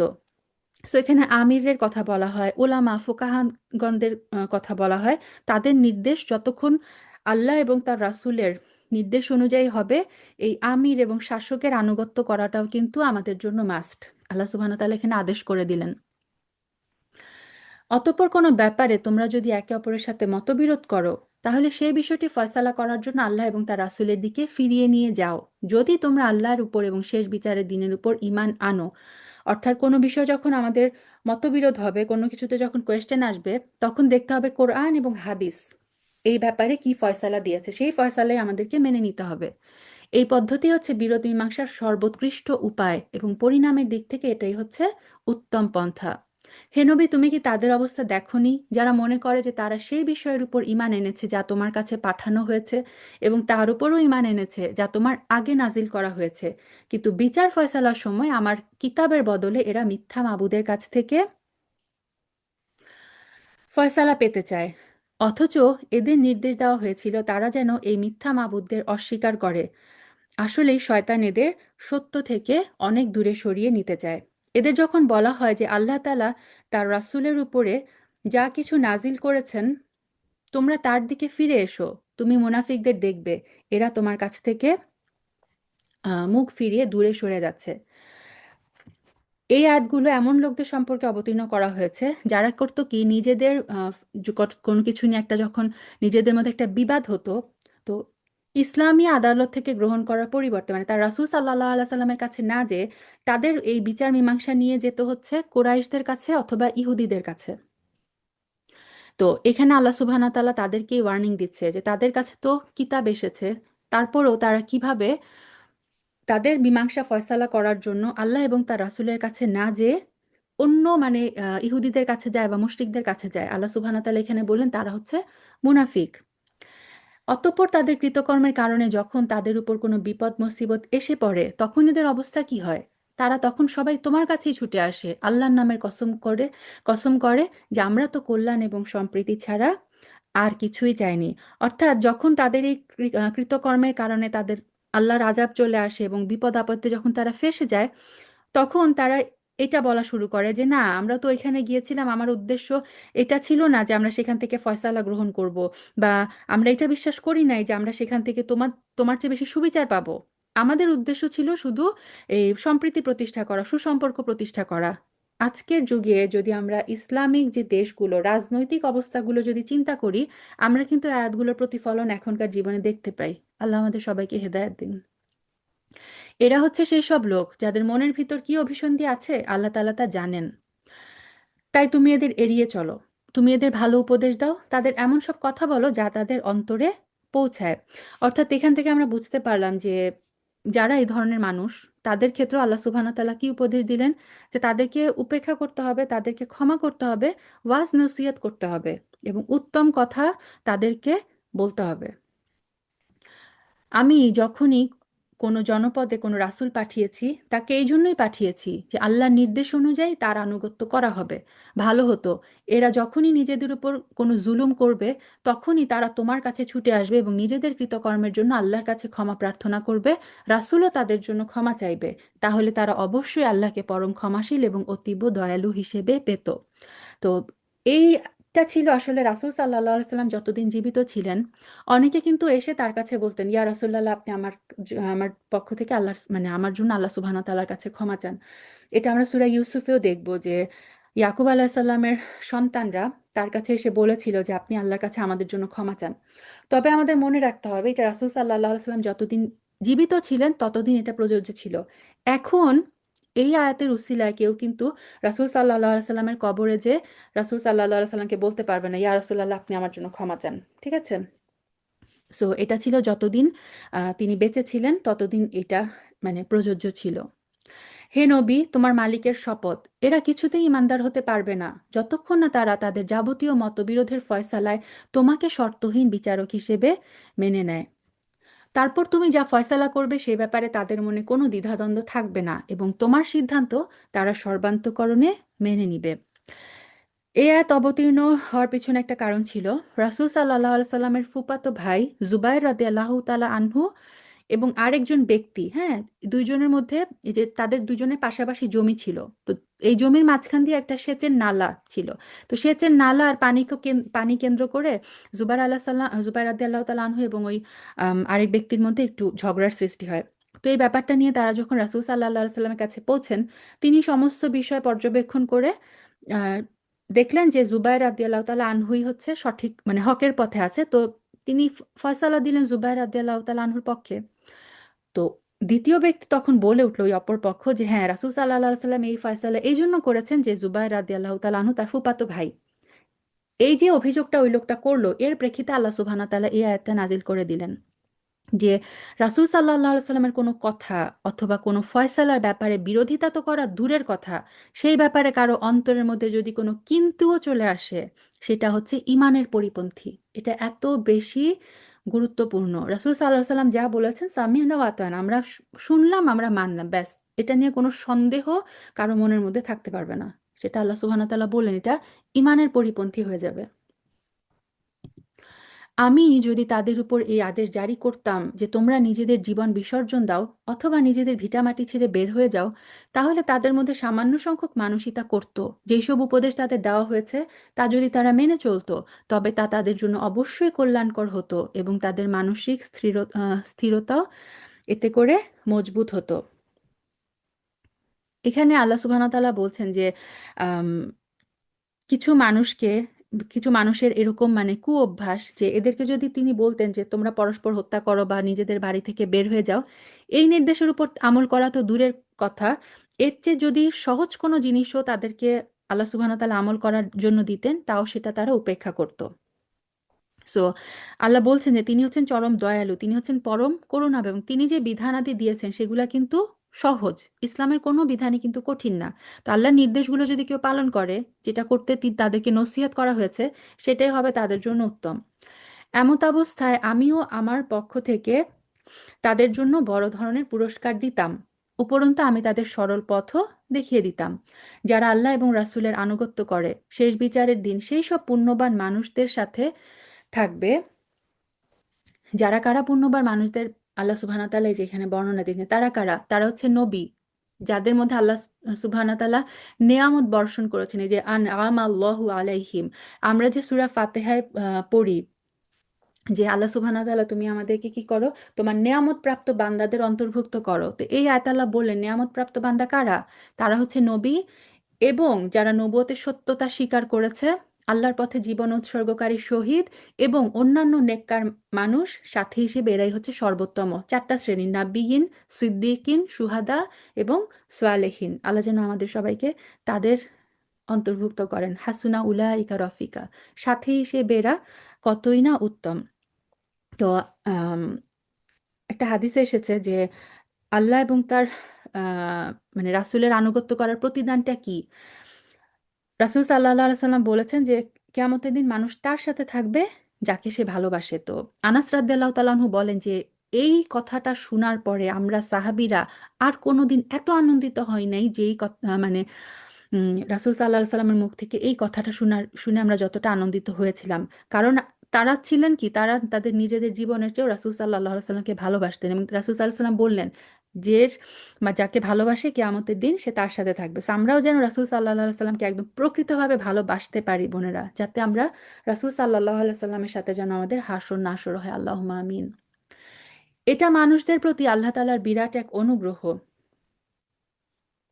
কোনো কিছু জানার জন্য আল্লাহ তাআলাই যথেষ্ট। হে ঈমানদাররা, শত্রুর মোকাবেলায় তোমরা তোমাদের প্রতিরক্ষা এবং প্রস্তুতি অব্যাহত রাখো। দলে দলে বিভক্ত হয়ে কিংবা সবাই একসঙ্গে শত্রুর মোকাবেলা করো। অবশ্যই তোমাদের মধ্যে এমন মুনাফিক লোক থাকবে যে যুদ্ধের ব্যাপারে গড়িমসি করবে। তোমাদের উপর কোনো বিপদ মুসিবত এলে সে বলবে, আল্লাহ তাআলা আমার উপর বড় অনুগ্রহ করেছেন, কেননা আমি সেই সময় তাদের সাথে ছিলাম না। এটা হচ্ছে মুনাফিকদের কাহিনী। মুনাফিকরা যখন দেখবে, মানে তারা তো যুদ্ধে অংশগ্রহণ করে না, জিহাদে না গিয়ে পিছনে থাকে। তো মুসলমানদের উপর যখন কোনো বিপদ আসে তখন তারা বলে যে ইস, এটা তো আল্লাহর রহমত আমাদের উপর, আমরা যদি মুসলমানদের সাথে যেতাম তাহলে তো আমাদের উপরও এই বিপদ আসতো।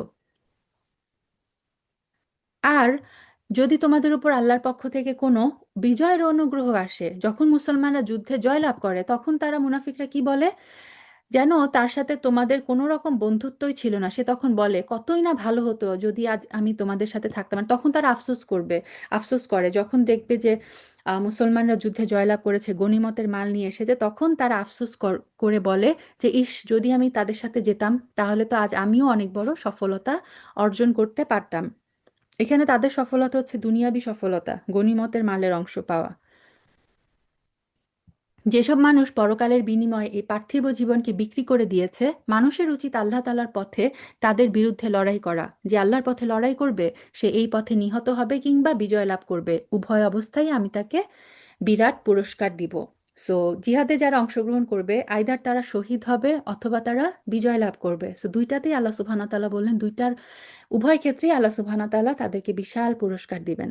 তোমাদের এই কি হয়েছে যে তোমরা আল্লাহর পথে সেসব অসহায় নরনারী এবং দুস্থ শিশুদের বাঁচাবার জন্য লড়াই করো না, যারা এই বলে ফরিয়াদ করছে, হে আমাদের রব, জালেমদের এই জনপদ থেকে তুমি আমাদের বের করে নাও।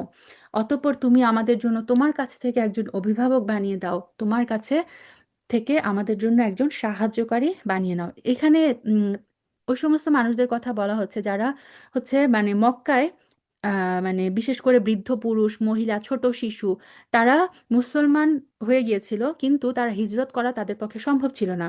সো এই কাফেরদের মধ্যে থেকে তারা হচ্ছে অত্যাচার জুলুমের শিকার হচ্ছিল। এখানে আল্লাহ সুবহানাহু ওয়া তাআলা তাদের কথা বলছেন যে তোমরা মানে তাদেরকে কেন উদ্ধার করে নিয়ে আসছো না।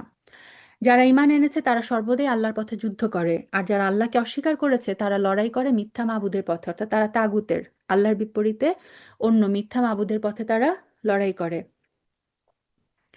অতএব তোমরা যুদ্ধ করো শয়তান এবং তার চেলা চামুন্ডাদের বিরুদ্ধে। অবশ্যই শয়তানের ষড়যন্ত্র একান্তই দুর্বল। হে নবী, তুমি কি তাদের দিকে তাকিয়ে দেখোনি যাদের প্রথম দিকে যখন বলা হয়েছিল যে তোমরা আপাতত লড়াই থেকে নিজেদের হাত গুটিয়ে রাখো, এখন শুধু সলাৎ প্রতিষ্ঠা করো, জাকাত প্রদান করো, তখন তারা লড়াই করার জন্য অস্থির হয়ে পড়েছিল। এটা হচ্ছে মক্কায়, মক্কায় অবস্থান, কিছু মুসলিমের অবস্থা এরকম ছিল, তারা যখন মক্কায় ছিল তখন তো তাদের যুদ্ধ করার ইচ্ছা ছিল অনেক, কিন্তু তাদের যুদ্ধ করার মতো কোনো যুদ্ধ সামগ্রী ছিল না এবং সংখ্যায় ছিল খুব কম। তো তখন তারা বলতো যে আমাদেরকে কেন লড়াইয়ের হুকুম দেওয়া হচ্ছে না, জিহাদের হুকুম দেওয়া হচ্ছে না। তো আল্লাহ সুবহানাহু ওয়া তাআলা বললেন যে যখন তারা মদিনায় আসলো এবং সত্যি সত্যি তাদের উপর লড়াইয়ের হুকুম নাজিল করা হলো, তখন এদের একটা দল প্রতিপক্ষের মানুষদের এমনভাবে ভয় করতে শুরু করলো যেমনি ভয় শুধু আল্লাহ তাআলাকেই করা উচিত। মানে তারা অনেক বেশি ভয় পেয়ে গেল, কিংবা আল্লাহর চাইতেও তারা ওই প্রতিপক্ষকে বেশি ভয় করতে লাগলো। তারা বলল, হে আমাদের রব, তুমি আমাদের উপর যুদ্ধের হুকুম এত তাড়াতাড়ি জারি করতে গেলে কেন? কত ভালো হতো যদি তুমি আমাদের আরো কিছুটা অবকাশ দিতে। হে নবী, তুমি বলো, দুনিয়ার এই ভোগ সামগ্রী অত্যন্ত সামান্য। যে ব্যক্তি আল্লাহকে ভয় করে তার জন্য পরকাল অনেক উত্তম, আর সেই পরকালে তোমাদের উপর কণামাত্র জুলুম করা হবে না। তোমরা যেখানেই থাকো মৃত্যু তোমাদের নাগাল পাবেই। তোমরা যদি কোনো মজবুত দুর্গেও থাকো, সেখানেও মৃত্যু এসে হাজির হবে। এদের অবস্থা হচ্ছে, যখন কোনো কল্যাণ তাদের স্পর্শ করে তখন তারা বলে এ তো আল্লাহর পক্ষ থেকে এসেছে। অপরদিকে যখন কোনো ক্ষতি এবং অকল্যাণ তাদের স্পর্শ করে তখন তারা বলে এসব তোমার কাছ থেকে এসেছে। তুমি তাদের বলে দাও, কল্যাণ অকল্যাণ সবকিছু আল্লাহর পক্ষ থেকে আসে। এই জাতির হয়েছে কি, এরা মনে হয় কথাটি বুঝতেই চায় না। তো আম, এখানে বলা হচ্ছে উম, এক শ্রেণীর মানুষ ছিল যারা হচ্ছে মুনাফিক। এরা যারা হচ্ছে যখন ভালো কিছু হতো তখন বলতো যে এটা হচ্ছে আল্লাহর পক্ষ থেকে এসেছে, আর যখন কোনো অকল্যাণ যেমন অনাবৃষ্টি, তাদের ধন সম্পদে যদি হ্রাস কিছু একটা হতো, ক্ষতি, তখন তারা বলতো যে হে মোহাম্মদ সাল্লাল্লাহু আলাইহি সাল্লাম, এগুলো হচ্ছে তোমার পক্ষ থেকে, অর্থাৎ তোমার দিন অবলম্বন করার বিপদ হিসেবে এগুলো আমাদের উপর এসেছে। তা আল্লাহ সুবহানাহু ওয়া তাআলা এখানে জানিয়ে দিলেন যে কল্যাণ অকল্যাণ কোনো কিছুই রাসূল সাল্লাল্লাহু আলাইহি সাল্লাম থেকে আসে না, সবকিছু আসে আল্লাহর পক্ষ থেকে। যে কল্যাণই তুমি লাভ করো না কেন মনে রেখো তা আল্লাহর পক্ষ থেকেই আসে, আর যেটুকু অকল্যাণ তোমার উপর আসে তা আসে তোমার নিজের কাছ থেকে। অর্থাৎ বিপদ যখন আসে সেগুলো হচ্ছে আমাদের মানুষের কর্মের ফল, এবং এর মাধ্যমে আল্লাহ সুবহানাহু ওয়া তাআলা কিন্তু গুনাহ ক্ষমা করে দেন। আমি তোমাকে মানুষের জন্য রাসূল পাঠিয়েছি, আর সাক্ষী হিসেবে আল্লাহই যথেষ্ট। যে ব্যক্তি রাসূলের আনুগত্য করে সে যেন আল্লাহরই আনুগত্য করে, অর্থাৎ রাসূল সাল্লাল্লাহু আলাইহি সাল্লামের আনুগত্য করা মানে আল্লাহর আনুগত্য করা। আর যে ব্যক্তি এই আনুগত্য থেকে মুখ ফিরিয়ে নেয়, মনে রেখো তাদের উপর আমি তোমাকে প্রহরী বানিয়ে পাঠাইনি। তারা বলে আমরা তোমার আনুগত্য স্বীকার করি, কিন্তু তারা যখন তোমার কাছ থেকে দূরে সরে যায়, এটা মুনাফিকদের কথা বলা হচ্ছে, তখন তারা যখন আবার ওই যে তাদের লোকদের সাথে মিলিত হয়, তখন তাদের একদল লোক রাতের বেলা একত্রিত হয়ে ঠিক তুমি যা বলো তার বিরুদ্ধেই সলা পরামর্শ করে। তারা রাতের বেলা যা সলা পরামর্শ করে, আল্লাহ তাআলা সেই সব কর্মকাণ্ডগুলো লিখে রাখছেন। অতএব তুমি তাদের এড়িয়ে চলো, শুধু আল্লাহর উপরই ভরসা করো। অভিভাবক হিসেবে তো আল্লাহ তাআলাই যথেষ্ট, ওয়াকাফা বিল্লাহি ওয়াকিলা। এরা কি কোরআন নিয়ে চিন্তা গবেষণা করে না? এই গ্রন্থটা যদি আল্লাহ ছাড়া অন্য কারো কাছ থেকে আসতো, তাতে অবশ্যই অনেক গরমিল দেখতে পেত। এদের কাছে যখন নিরাপত্তা কিংবা ভয়জনিত কোনো খবর আসে, তখন সত্য মিথ্যা যাচাই না করে এরা প্রচার করে বেড়ায়। এটা ছিল কিছু দুর্বল মুসলিমদের কথা, এবং মানে অনেকে আছে না যে কিছু একটা শোনা মাত্র হচ্ছে কতক্ষণে সেটা মানুষের কাছে প্রচার করবে। এইসব যাদের অভ্যাস, তারা কি করতো, যে কোনো নিউজ আসলে সত্য মিথ্যা যাচাই না করে প্রচার করে বেড়াতো। আল্লাহ সুবহানাহু ওয়া তাআলা বলছেন তাদের উচিত ছিল এই বিষয়টা সর্বপ্রথমে আল্লাহর রাসূল এবং দায়িত্বপ্রাপ্ত ব্যক্তিকে জানানো। তাহলে এমন সব লোকেরা সেটা জানতে পারতো যারা তাদের মধ্য থেকে সেই খবরের যথার্থতা যাচাই করতে পারতো। যদি রাসূল সাল্লাল্লাহু আলাইহি সাল্লাম এবং তার দায়িত্বপ্রাপ্ত যে সাহাবীরা ছিলেন, তারা যাচাই বাছাই করে যদি বলতেন যে হ্যাঁ এটা এই খবরটা ঠিক বা এই খবরটা ভুল, তাহলে আল্লাহ সুবহানাহু ওয়া তাআলা বলছেন যে যদি তোমাদের উপর আল্লাহর অনুগ্রহ না থাকতো, তাহলে এই প্রচারণার ফলে হাতে গোনা কিছু লোক ছাড়া অধিকাংশই শয়তানের অনুগত করতেছে। এই অভ্যাসটা যেন আমাদের মধ্যেও না থাকে। কিছু একটা শোনা মাত্র সেটা প্রচার প্রসার করার আগে আমরা তো মানে একটা হাদিস পাই, ফেসবুকে শেয়ার দিই, কোনো যাচাই বাছাই করি নেই হাদিসটা কি সত্য, এই হাদিসটার সোর্স কি, ইচ্ছা মতো হচ্ছে এভাবে কিন্তু জাল হাদিসগুলা ছড়ায়। সো এটা হচ্ছে আল্লাহ সুবহানাহু ওয়া তাআলা এখানে সাবধান করলেন, যাচাই বাছাই ছাড়া আমরা যেন যে কোনো নিউজ অন্য কারো কাছে প্রচার না করি। অতঃপর হে নবী, তুমি আল্লাহর পথে লড়াই করো, তোমাকে শুধু তোমার কাজকর্মের জন্যই দায়ী করা হবে। মুমিনদেরকে তুমি আল্লাহর পথে লড়াই করতে উদ্বুদ্ধ করতে থাকো। সম্ভবত আল্লাহ তাআলা অচিরেই কাফিরদের শক্তি চূর্ণ বিচূর্ণ করে দিবেন। আল্লাহ তাআলা শক্তিতে প্রবল, শাস্তি দানেও কঠোর। যদি কোনো ব্যক্তি কোনো ভালো কাজের সুপারিশ করে, তাতে অবশ্যই তার অংশ থাকবে। যে আপনি যদি কারোর জন্য কোনো ভালো কাজের সুপারিশ করেন, কাউকে ভালো কাজের সদুপদেশ দেন, সে ব্যক্তি যা যা করবে, যতটুকু ভালো করবে সেটার সওয়াব কিন্তু আপনিও পেতে থাকবেন। ঠিক তেমনি যে ব্যক্তি কোনো অন্যায় কাজের ব্যাপারে সুপারিশ করবে, তার সৃষ্ট অকল্যাণেরও তার অংশ থাকবে। সো কেউ যদি কাউকে খারাপ কাজের ইনস্ট্রাকশন দেয়, তাহলে সে যে খারাপগুলো করতে থাকবে, সব কিছু কিন্তু ওই যে ব্যক্তির মানে কথায় এই খারাপ কাজগুলো শুরু হয়েছিল, সব কিছুর ভাগ কিন্তু তার কাছেও জমা হতে থাকবে। খুবই সাবধান। আল্লাহ তাআলা হচ্ছেন সকল কাজের একক নিয়ন্ত্রণকারী। যখন তোমাদের সালাম বা অন্য কিছু দ্বারা অভিবাদন জানানো হয়, তখন তোমরা তার চাইতে উত্তম পন্থায় তার জবাব দাও কিংবা ততটুকু ফেরত দাও। অর্থাৎ এই যে আসসালামু আলাইকুম কেউ যদি বলে, জবাবে ওয়া রাহমাতুল্লাহি একটু বাড়াতে হবে। কেউ যদি বলে আসসালামু আলাইকুম ওয়া রাহমাতুল্লাহ, তাহলে হচ্ছে ওয়া বারাকাতুহু এইটুকু বাড়াতে হবে। আর কেউ যদি পুরাটাই বলে আসসালামু আলাইকুম ওয়া রাহমাতুল্লাহি ওয়া বারাকাতুহু, তাহলে এইটুকু দ্বারাই তার জবাব দিতে হবে। এখানে আল্লাহ সুবহানাহু ওয়া তাআলা এটার ইনস্ট্রাকশন দিলেন। অবশ্যই আল্লাহ তাআলা সব কিছুর হিসাব রাখেন। আল্লাহ তাআলা মহান সত্তা, তিনি ছাড়া দ্বিতীয় কোনো মাবুদ নেই। অবশ্যই তিনি কিয়ামতের দিন তোমাদের এক জায়গায় জড়ো করবেন, তাতে কোনো রকমের সন্দেহ নেই। আর এমন কে আছে যে আল্লাহর চাইতে বেশি সত্য কথা বলতে পারে? কেউ নাই। এই কি হলো তোমাদের?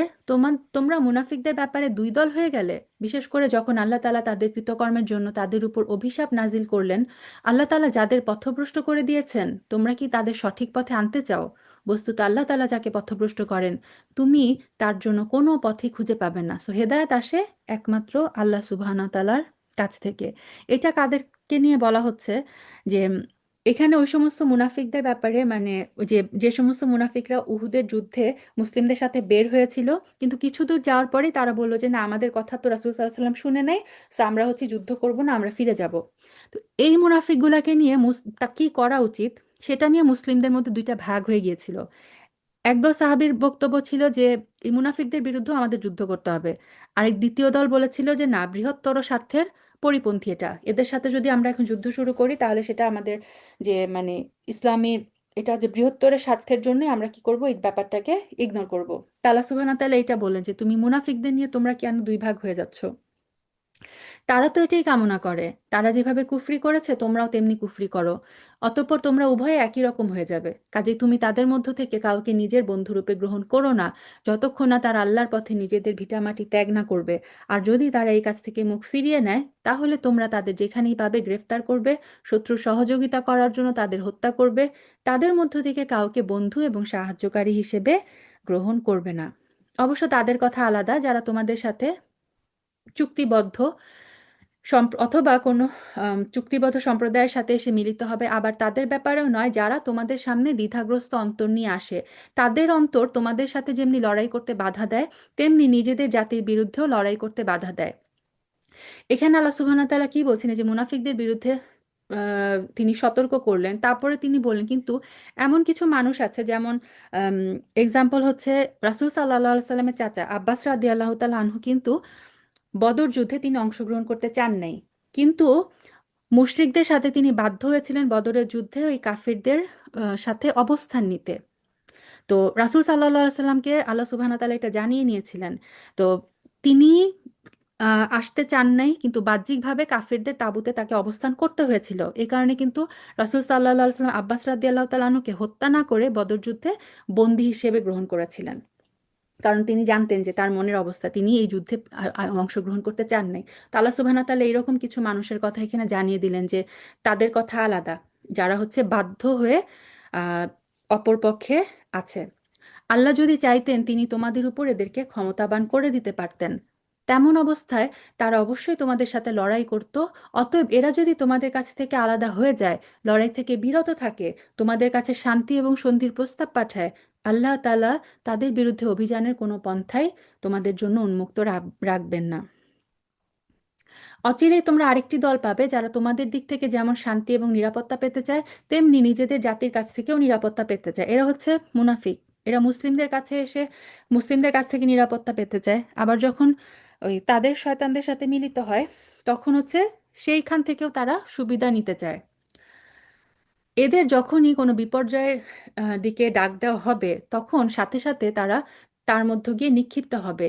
এরা যদি তোমাদের সাথে যুদ্ধ করা থেকে সরে না দাঁড়ায়, কোনো সন্ধি এবং শান্তির প্রস্তাব তোমাদের কাছে পেশ না করে এবং নিজেদের অস্ত্র সংবরণ না করে, তাহলে তাদের তোমরা যেখানেই পাবে গ্রেফতার করবে এবং বিদ্রোহের জন্য হত্যা করবে। মূলত এরা হচ্ছে সেই সব লোক যাদের উপর আমি তোমাদের সুস্পষ্ট ক্ষমতা দান করেছি। এটা কোনো ইমানদার ব্যক্তির কাজ নয় যে সে কোনো ইমানদার ব্যক্তিকে হত্যা করবে। এখানে আছে যে হত্যা করে ফেললে যে কিয়াসের যে বিধানটা, হত্যা করার শরীয়তি বিধান আল্লাহ সুবহানাহু ওয়া তাআলা এখানে বলছেন, যদি কোনো ইমানদার ব্যক্তি আরেকজন ইমানদার ব্যক্তিকে ভুল করে হত্যা করে, তাহলে বিনিময় হিসেবে সে একজন দাসমুক্ত করে দিবে, নিহত ব্যক্তির পরিবারকে তার রক্তের মূল্য পরিশোধ করে দিবে। এই রক্তপণটা ছিল অ্যারাউন্ড ১০০টা উট, অথবা ১০০টা উটের সমপরিমাণ মূল্য, সোনা রূপা বা যে সেই দেশের প্রচলিত মুদ্রা অনুযায়ী এটা ছিল রক্তপণ। আচ্ছা, তবে নিহত ব্যক্তির লোকেরা যদি এই রক্তপণ মাফ করে দেয় তবে আলাদা। এই নিহত ইমানদার ব্যক্তি যদি এমন কোনো জাতির বা গোত্রের লোক হয় যারা তোমাদের শত্রু, এবং সেই নিহত ব্যক্তি যদি মুমিন হয়, তাহলে তার বিনিময় হবে মুমিন দাসের মুক্তি। আর সে যদি এমন এক সম্প্রদায়ের হয়ে থাকে যাদের সাথে তোমাদের সন্ধি চুক্তি বলবৎ আছে, তবে তার রক্তের মূল্য আদায় করার সাথে সাথে ইমানদার দাসের মুক্তিও অপরিহার্য। যে ব্যক্তি মুক্ত করার জন্য কোনো দাস পাবে না, তার বিধান হচ্ছে ক্রমাগত ২ মাসের রোজা রাখা। এটা হচ্ছে আল্লাহ তালার পক্ষ থেকে এই গুনার তওবা। আল্লাহ তালাই সর্বজ্ঞ কুশলী। যে ব্যক্তি ইচ্ছাকৃতভাবে কোনো ইমানদার ব্যক্তিকে হত্যা করবে, ওইটা ছিল অনিচ্ছাকৃতভাবে যদি করে ফেলে। আর ইচ্ছাকৃতভাবে যদি কেউ করে, তার ঠিকানা জাহান্নাম, সেখানে সে অনন্তকাল থাকবে। আল্লাহ তাআলা তার উপর ভীষণ রুষ্ট হন, তাকে তিনি লানত দেন, তিনি তার জন্য যন্ত্রণাদায়ক আযাব প্রস্তুত করে রেখেছেন। হে ইমানদার ব্যক্তিরা, তোমরা যখন আল্লাহ তাআলার পথে জিহাদের রাস্তায় বের হবে, তখন সবকিছু যাচাই বাছাই করবে। কোনো ব্যক্তি যখন তোমাদের সামনে শান্তি এবং সন্ধির প্রস্তাব পেশ করে, তখন তোমরা বলো না যে তোমরা ইমানদার নও। তোমরা তো বৈষয়িক জীবনের স্বার্থ সন্ধান করো। আল্লাহর কাছে অনায়াসলভ্য সম্পদ প্রচুর রয়েছে। তোমরাও আগে এমনই ছিলে, অতঃপর আল্লাহ তাআলা তোমাদের উপর অনুগ্রহ করেছেন। কাজেই তোমরা বিষয়টি যাচাই বাছাই করে নিও। তোমরা যা কিছুই করো, আল্লাহ সুবহানাহু ওয়া তাআলা সব সে সম্পর্কে অবগত আছেন। এটা রিলেটেড একটা হাদিস আছে যে কিছু সাহাবী একটা অঞ্চলে গিয়েছিলেন, তো এক রাখাল সেখানে ছাগল চড়াচ্ছিল। তো মুসলিমদেরকে দেখে সে রাখাল সালাম দেয়। সাহাবীদের কেউ কেউ মনে করলো কি সে তো একজন কাফের শত্রু, এবং প্রাণ ভয়ে সে হচ্ছে মুসলিম বলে পরিচয় দিচ্ছে। তখন এই কথা ভেবে যাচাই বাছাই না করে তাকে হত্যা করে এবং তার ছাগলগুলো গনিমতের মাল হিসেবে নিয়ে আসে। তো এই ঘটনাকে কেন্দ্র করে হচ্ছে এই আয়াতটা নাজিল হয়েছে। আল্লাহ সুবহানাহু ওয়া তাআলা এখানে বললেন যে এই রাখাল তার ঈমান গোপন রেখেছিল। তোমরা যখন মক্কায় ছিলে, এই রাখালের মতোই তো তোমাদের অবস্থা ছিল। তোমরাও তো তোমাদের নিজেদের ঈমানকে গোপন রাখতে বাধ্য হয়েছিলে। মুমিনদের মাঝে যারা কোনো রকম শারীরিক অক্ষমতা না থাকা সত্ত্বেও ঘরে বসে থেকেছে, অর্থাৎ জিহাদে যায়নি, আর যারা নিজেদের জান এবং মাল দিয়ে আল্লাহর পথে জিহাদে অবতীর্ণ হয়েছে, এরা উভয় কখনো সমান নয়। ঘরে বসে থাকা লোকদের তুলনায় ময়দানের মুজাহিদদের, যারা নিজেদের জানমাল দিয়ে আল্লাহর পথে জিহাদ করেছে, আল্লাহ তাআলা তাদের উঁচু মর্যাদা দান করেছেন। ময়দানের জিহাদ তখনও ফরজ ঘোষিত না হয়, এদের সবার জন্যই আল্লাহ তাআলা উত্তম পুরস্কারের ওয়াদা করেছেন। তবে আল্লাহ তাআলা ঘরে বসে থাকা লোকদের উপর সংগ্রামরত ময়দানের মুজাহিদদের উৎকৃষ্ট বিনিময় দান করেছেন। আচ্ছা, যখন এই আয়াতটা নাজিল হয়, প্রথমে এই অংশটুকু ছিল না, এই যে শারীরিক অক্ষমতা না থাকা সত্ত্বেও। তো এই আয়াতটা যখন নাজিল হয়, তখন যে অন্ধ সাহাবী যে আব্দুল্লাহ ইবনে উম্মে মাকতুম রাদিয়াল্লাহু আনহু, যাকে নিয়ে সূরা আবাসার প্রথম আয়াতগুলো নাজিল হয়, তো তিনি এসে বললেন, এবং তার মতো যারা মানে শারীরিকভাবে প্রতিবন্ধী, বিভিন্ন কারণে শারীরিক অসুস্থতা ছিল, তারা এসে বললেন যে ইয়া রাসূলুল্লাহ, আমরা তো অক্ষম, যার কারণে আমরা জিহাদে অংশগ্রহণ করা থেকে বঞ্চিত। তাহলে আমরাও কি এদের মধ্যে পড়ে যাব? তখন আল্লাহ সুবহানাহু ওয়া তাআলা এই অংশটুকু যোগ করে দিলেন যে শারীরিক অক্ষমতা না থাকা সত্ত্বেও। সো যারা শারীরিক অক্ষমতার কারণে জিহাদে যেতে পারেনি, তাদের হচ্ছে সমপরিমাণ মর্যাদা জিহাদকারী সাহাবীদের মতোই। এই মর্যাদা আল্লাহ তাআলার পক্ষ থেকে এসেছে। এর সাথে রয়েছে তার ক্ষমা এবং দয়া। আল্লাহ তাআলা বড়ই ক্ষমাশীল, লতিফ ও দয়ালু। যারা নিজেদের উপর জুলুম করেছে, এই যে এইখানে হচ্ছে বলা হচ্ছে যারা জালেম ব্যক্তি, তাদের মৃত্যুর সময় ফেরেশতারা কি করবে? যারা নিজেদের উপর জুলুম করেছে, ফেরেশতারা তাদের মওতের সময় এসে তাদের জিজ্ঞাসা করবে, বলো তো সেখানে তোমরা কিভাবে ছিলে? তারা বলবে, আমরা দুনিয়া দুর্বল ছিলাম, অক্ষম ছিলাম। ফেরেশতারা বলবে, কেন? তোমাদের জন্য আল্লাহর জমিন কি প্রশস্ত ছিল না? তোমরা ইচ্ছা করলে হিজরত করে সেখান থেকে চলে যেতে পারতে। আসলে এরা হচ্ছে সেই সব লোক যাদের আবাসস্থল জাহান্নাম, সেটা খুবই নিকৃষ্ট আবাস। সুবহানাল্লাহ। এটার কারণে কিন্তু বলা হয় যে যারা কাফিরদের দেশে বসবাস করে, যেই কাফিরদের দেশে মানুষ তার যে ফরজ আমল সেগুলো যদি পালন করতে না পারে, তাকে করতে হবে কি সেখান থেকে হিজরত করে চলে যেতে হবে। এই যে ফেরেশতারা এসে সেদিন বলবে যে আল্লাহর দুনিয়া তো অনেক প্রশস্ত ছিল, সো তুমি কেন হিজরত করতে পারো নাই, হিজরত করে কেন তুমি অন্য জায়গায় চলে যাও নাই। তবে সেই সব পুরুষ, নারী, শিশু, সন্তান যাদের হিজরত করার শক্তি ছিল না, কোথাও যাওয়ার উপকরণ ছিল না, তাদের কথা হচ্ছে আলাদা। তো মক্কা এবং মক্কার আশেপাশে কিছু মুসলিম ছিল যাদের মানে তখন যখন হিজরতের আয়াতটা আসে যে মানে হিজরত করতে হবে, হিজরত যখন করার নির্দেশ আসে, তখন মক্কার আশেপাশে কিছু লোক ছিল যারা হিজরত আসলে করে নাই এবং হিজরত করার নির্দেশের উপর আমল করে নাই। তাদের কথা এখানে বলা হচ্ছে যে তারা কেন হিজরত করে মদিনায় চলে যায়নি।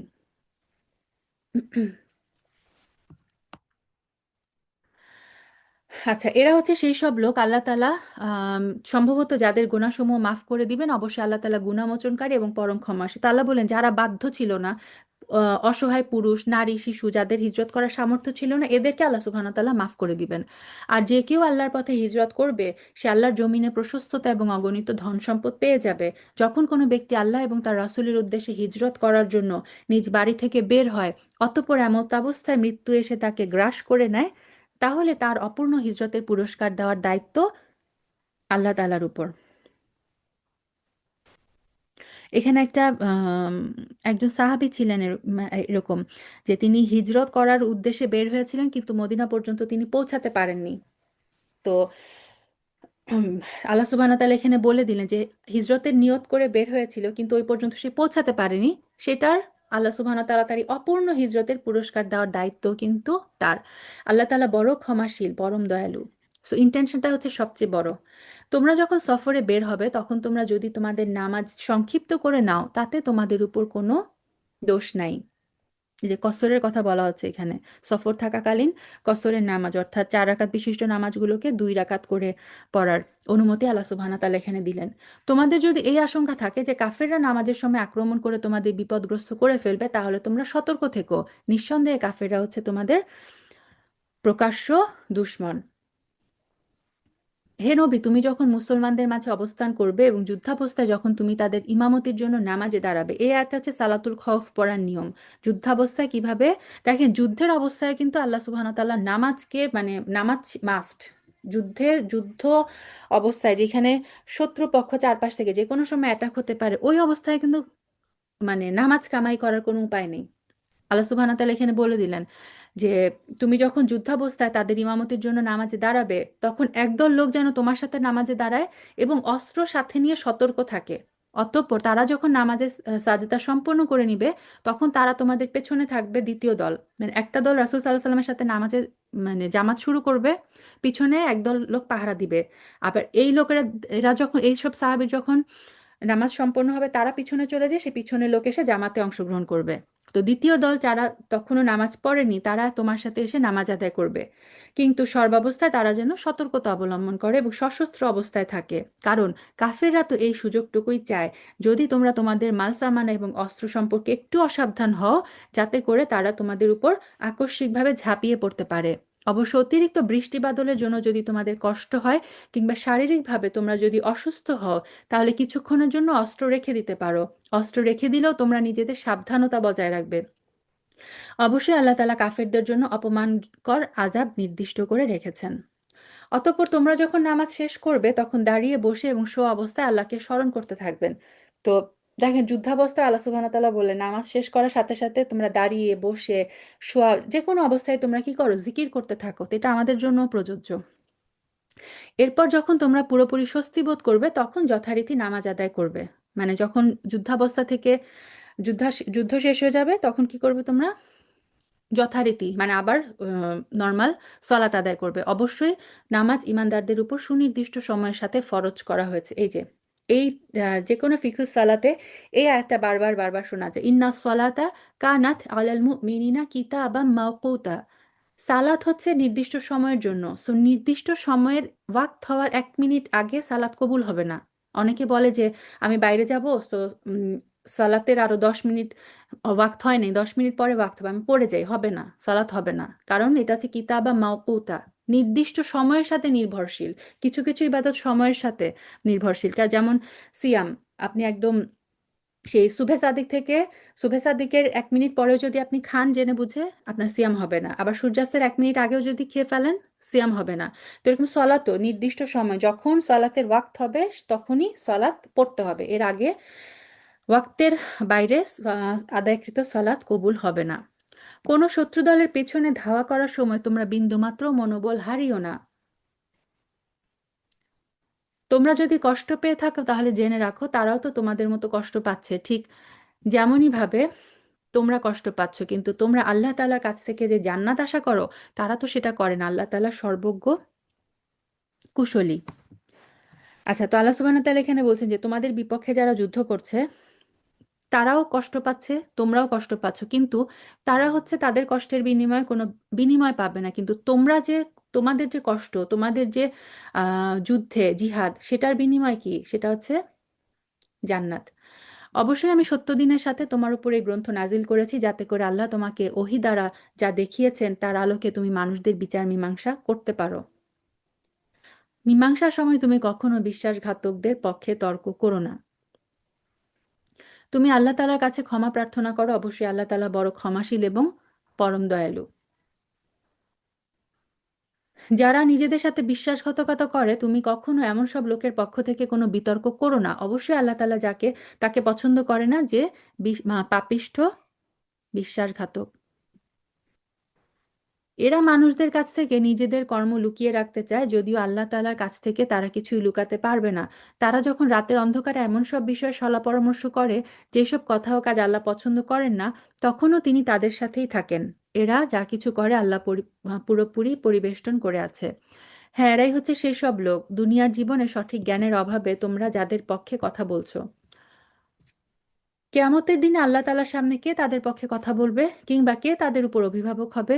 যে ব্যক্তি গুনাহের কাজ করে অথবা গুনাহ করে নিজের উপর জুলুম করে, সে আল্লাহ তাআলার কাছে ক্ষমা প্রার্থনা করে, তখন আল্লাহ তাআলাকে ক্ষমাশীল এবং অতীব দয়ালু হিসেবে পাবে। সো গুনাহ করার পরেও আল্লাহর কাছে যে ক্ষমা চাবে, আল্লাহ সুবহানাহু ওয়া তাআলাকে সে ক্ষমাশীল হিসেবেই পাবে। যে ব্যক্তি কোনো গুনাহের কাজ করে, সে এর দ্বারা নিজেরই ক্ষতি করে। আল্লাহ তাআলা সবকিছু জানেন, তিনি কুশলী। যে ব্যক্তি একটি অন্যায় কিংবা পাপ কাজ করে কিন্তু সে দোষ চাপিয়ে দিল একজন নির্দোষ ব্যক্তির উপর, এই কাজের ফলে সে প্রকারান্তরে সাংঘাতিক একটা অপবাদ এবং জঘন্য গুনাহের বোঝা নিজের ঘাড়ে উঠিয়ে নিল। যদি তোমার উপর আল্লাহর অনুগ্রহ দয়া না থাকতো, তাহলে একদল লোক তো তোমাকে প্রায় ভুল পথে পরিচালিত করেই ফেলেছিল। যদিও তারা এই আচরণ দিয়ে তাদের নিজেদের ছাড়া অন্য কাউকে পথভ্রষ্ট করতে পারছিল না। অবশ্য তাদের এই প্রতারণামূলক কাজ দ্বারা তারা তোমার কোনোই ক্ষতি সাধন করতে সক্ষম হতো না, কারণ আল্লাহ তাআলা তার গ্রন্থ এবং সেই গ্রন্থলব্ধ কলাকৌশল তোমার উপর নাজিল করেছেন। তিনি তোমাকে এমন সব কিছুর জ্ঞান শিক্ষা দিয়েছেন যা কখনোই তোমার জানা ছিল না। আসলে তোমার উপর আল্লাহ তাআলার অনুগ্রহ ছিল অনেক বড়। এদের অধিকাংশ গোপন পরামর্শের ভিতরে কোনো কল্যাণ নিহিত নেই। তবে কেউ যদি এর দ্বারা কাউকে দান খয়রাত, সৎ কাজ এবং অন্য মানুষদের মাঝে সংশোধন কর্মসূচির আদেশ দেয়, সেটা ভিন্ন কথা। আল্লাহ তাআলার সন্তুষ্টি অর্জনের লক্ষ্যে কেউ যদি এসব কাজ করে, আমি অতি শীঘ্রই তাকে পুরস্কার দিব। আর যে ব্যক্তি তার কাছে প্রকৃত হেদায়েত স্পষ্ট হয়ে যাওয়ার পর রাসূলের বিরুদ্ধাচরণ করবে এবং ঈমানদারদের পথ ছেড়ে বেঈমান লোকদের অন্য ধরনের নিয়মরীতির অনুসরণ করবে, তাকে আমি সেই দিকেই ধাবিত করব, যেদিকে সে ধাবিত হয়েছে এর শাস্তি হিসেবে। তাকে আমি জাহান্নামে আগুনে পুড়িয়ে দিব, আর তা কতই না নিকৃষ্ট আবাসস্থল। আল্লাহ তাআলা এই বিষয়টি কখনো ক্ষমা করবেন না যে তার সাথে কোনো কিছুকে শরিক করা হবে। এই ছাড়া অন্য সকল গুনাহ তিনি যাকে ইচ্ছা ক্ষমা করে দিবেন। এখানে আল্লাহ আবার বললেন, শিরকের গুনাহ ব্যতীত অন্য যে কোনো গুনাহ তিনি চাইলেই ক্ষমা করে দিবেন। যে ব্যক্তি আল্লাহ তাআলার সাথে কাউকে শরিক করলো, সে চরমভাবে গোমরাহ হয়ে গেল। আল্লাহ যেন আমাদের সব ধরনের শিরক থেকে, নিফাকি থেকে বাঁচিয়ে রাখেন। আল্লাহুম্মা আমিন।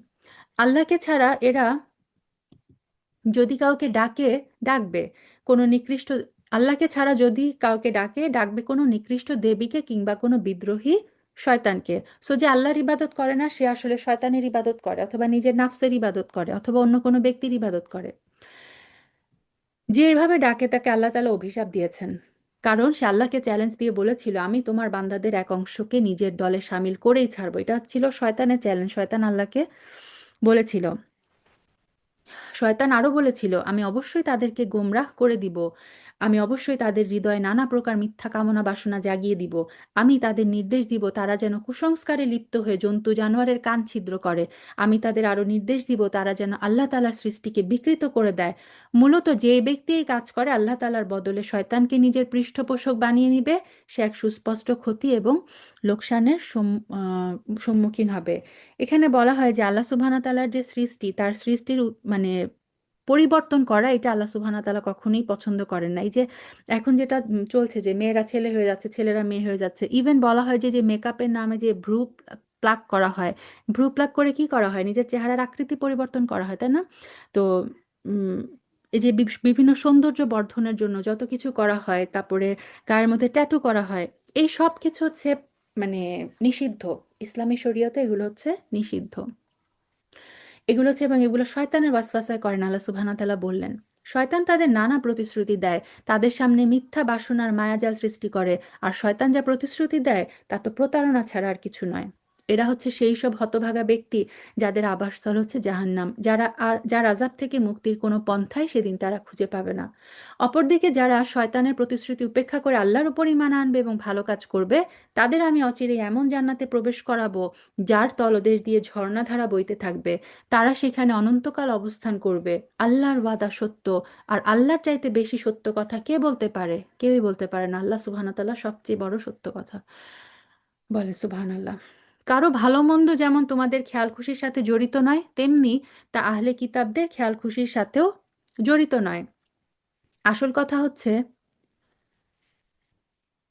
যে ব্যক্তি কোনো গুনাহের কাজ করবে তাকে তার প্রতিফল দেওয়া হবে, আর যে ব্যক্তি সেই দিন আল্লাহ ছাড়া অন্য কাউকে তার পৃষ্ঠপোষক এবং সাহায্যকারী হিসেবে পাবে না। পক্ষান্তরে যে ব্যক্তি কোনো ভালো কাজ করবে, সে নর নর হোক কিংবা নারী, সে যদি ইমানদার অবস্থায় তা সম্পাদন করে, তাহলে দেখেন শর্ত হচ্ছে দুইটা, একটা হচ্ছে ভালো কাজ করতে হবে এবং ইমানদার অবস্থায় করতে হবে, তাহলে সে এবং তার মতো অন্য সব লোক জান্নাতে প্রবেশ করবে। সেদিন তাদের উপর বিন্দুমাত্র অত্যাচার করা হবে না।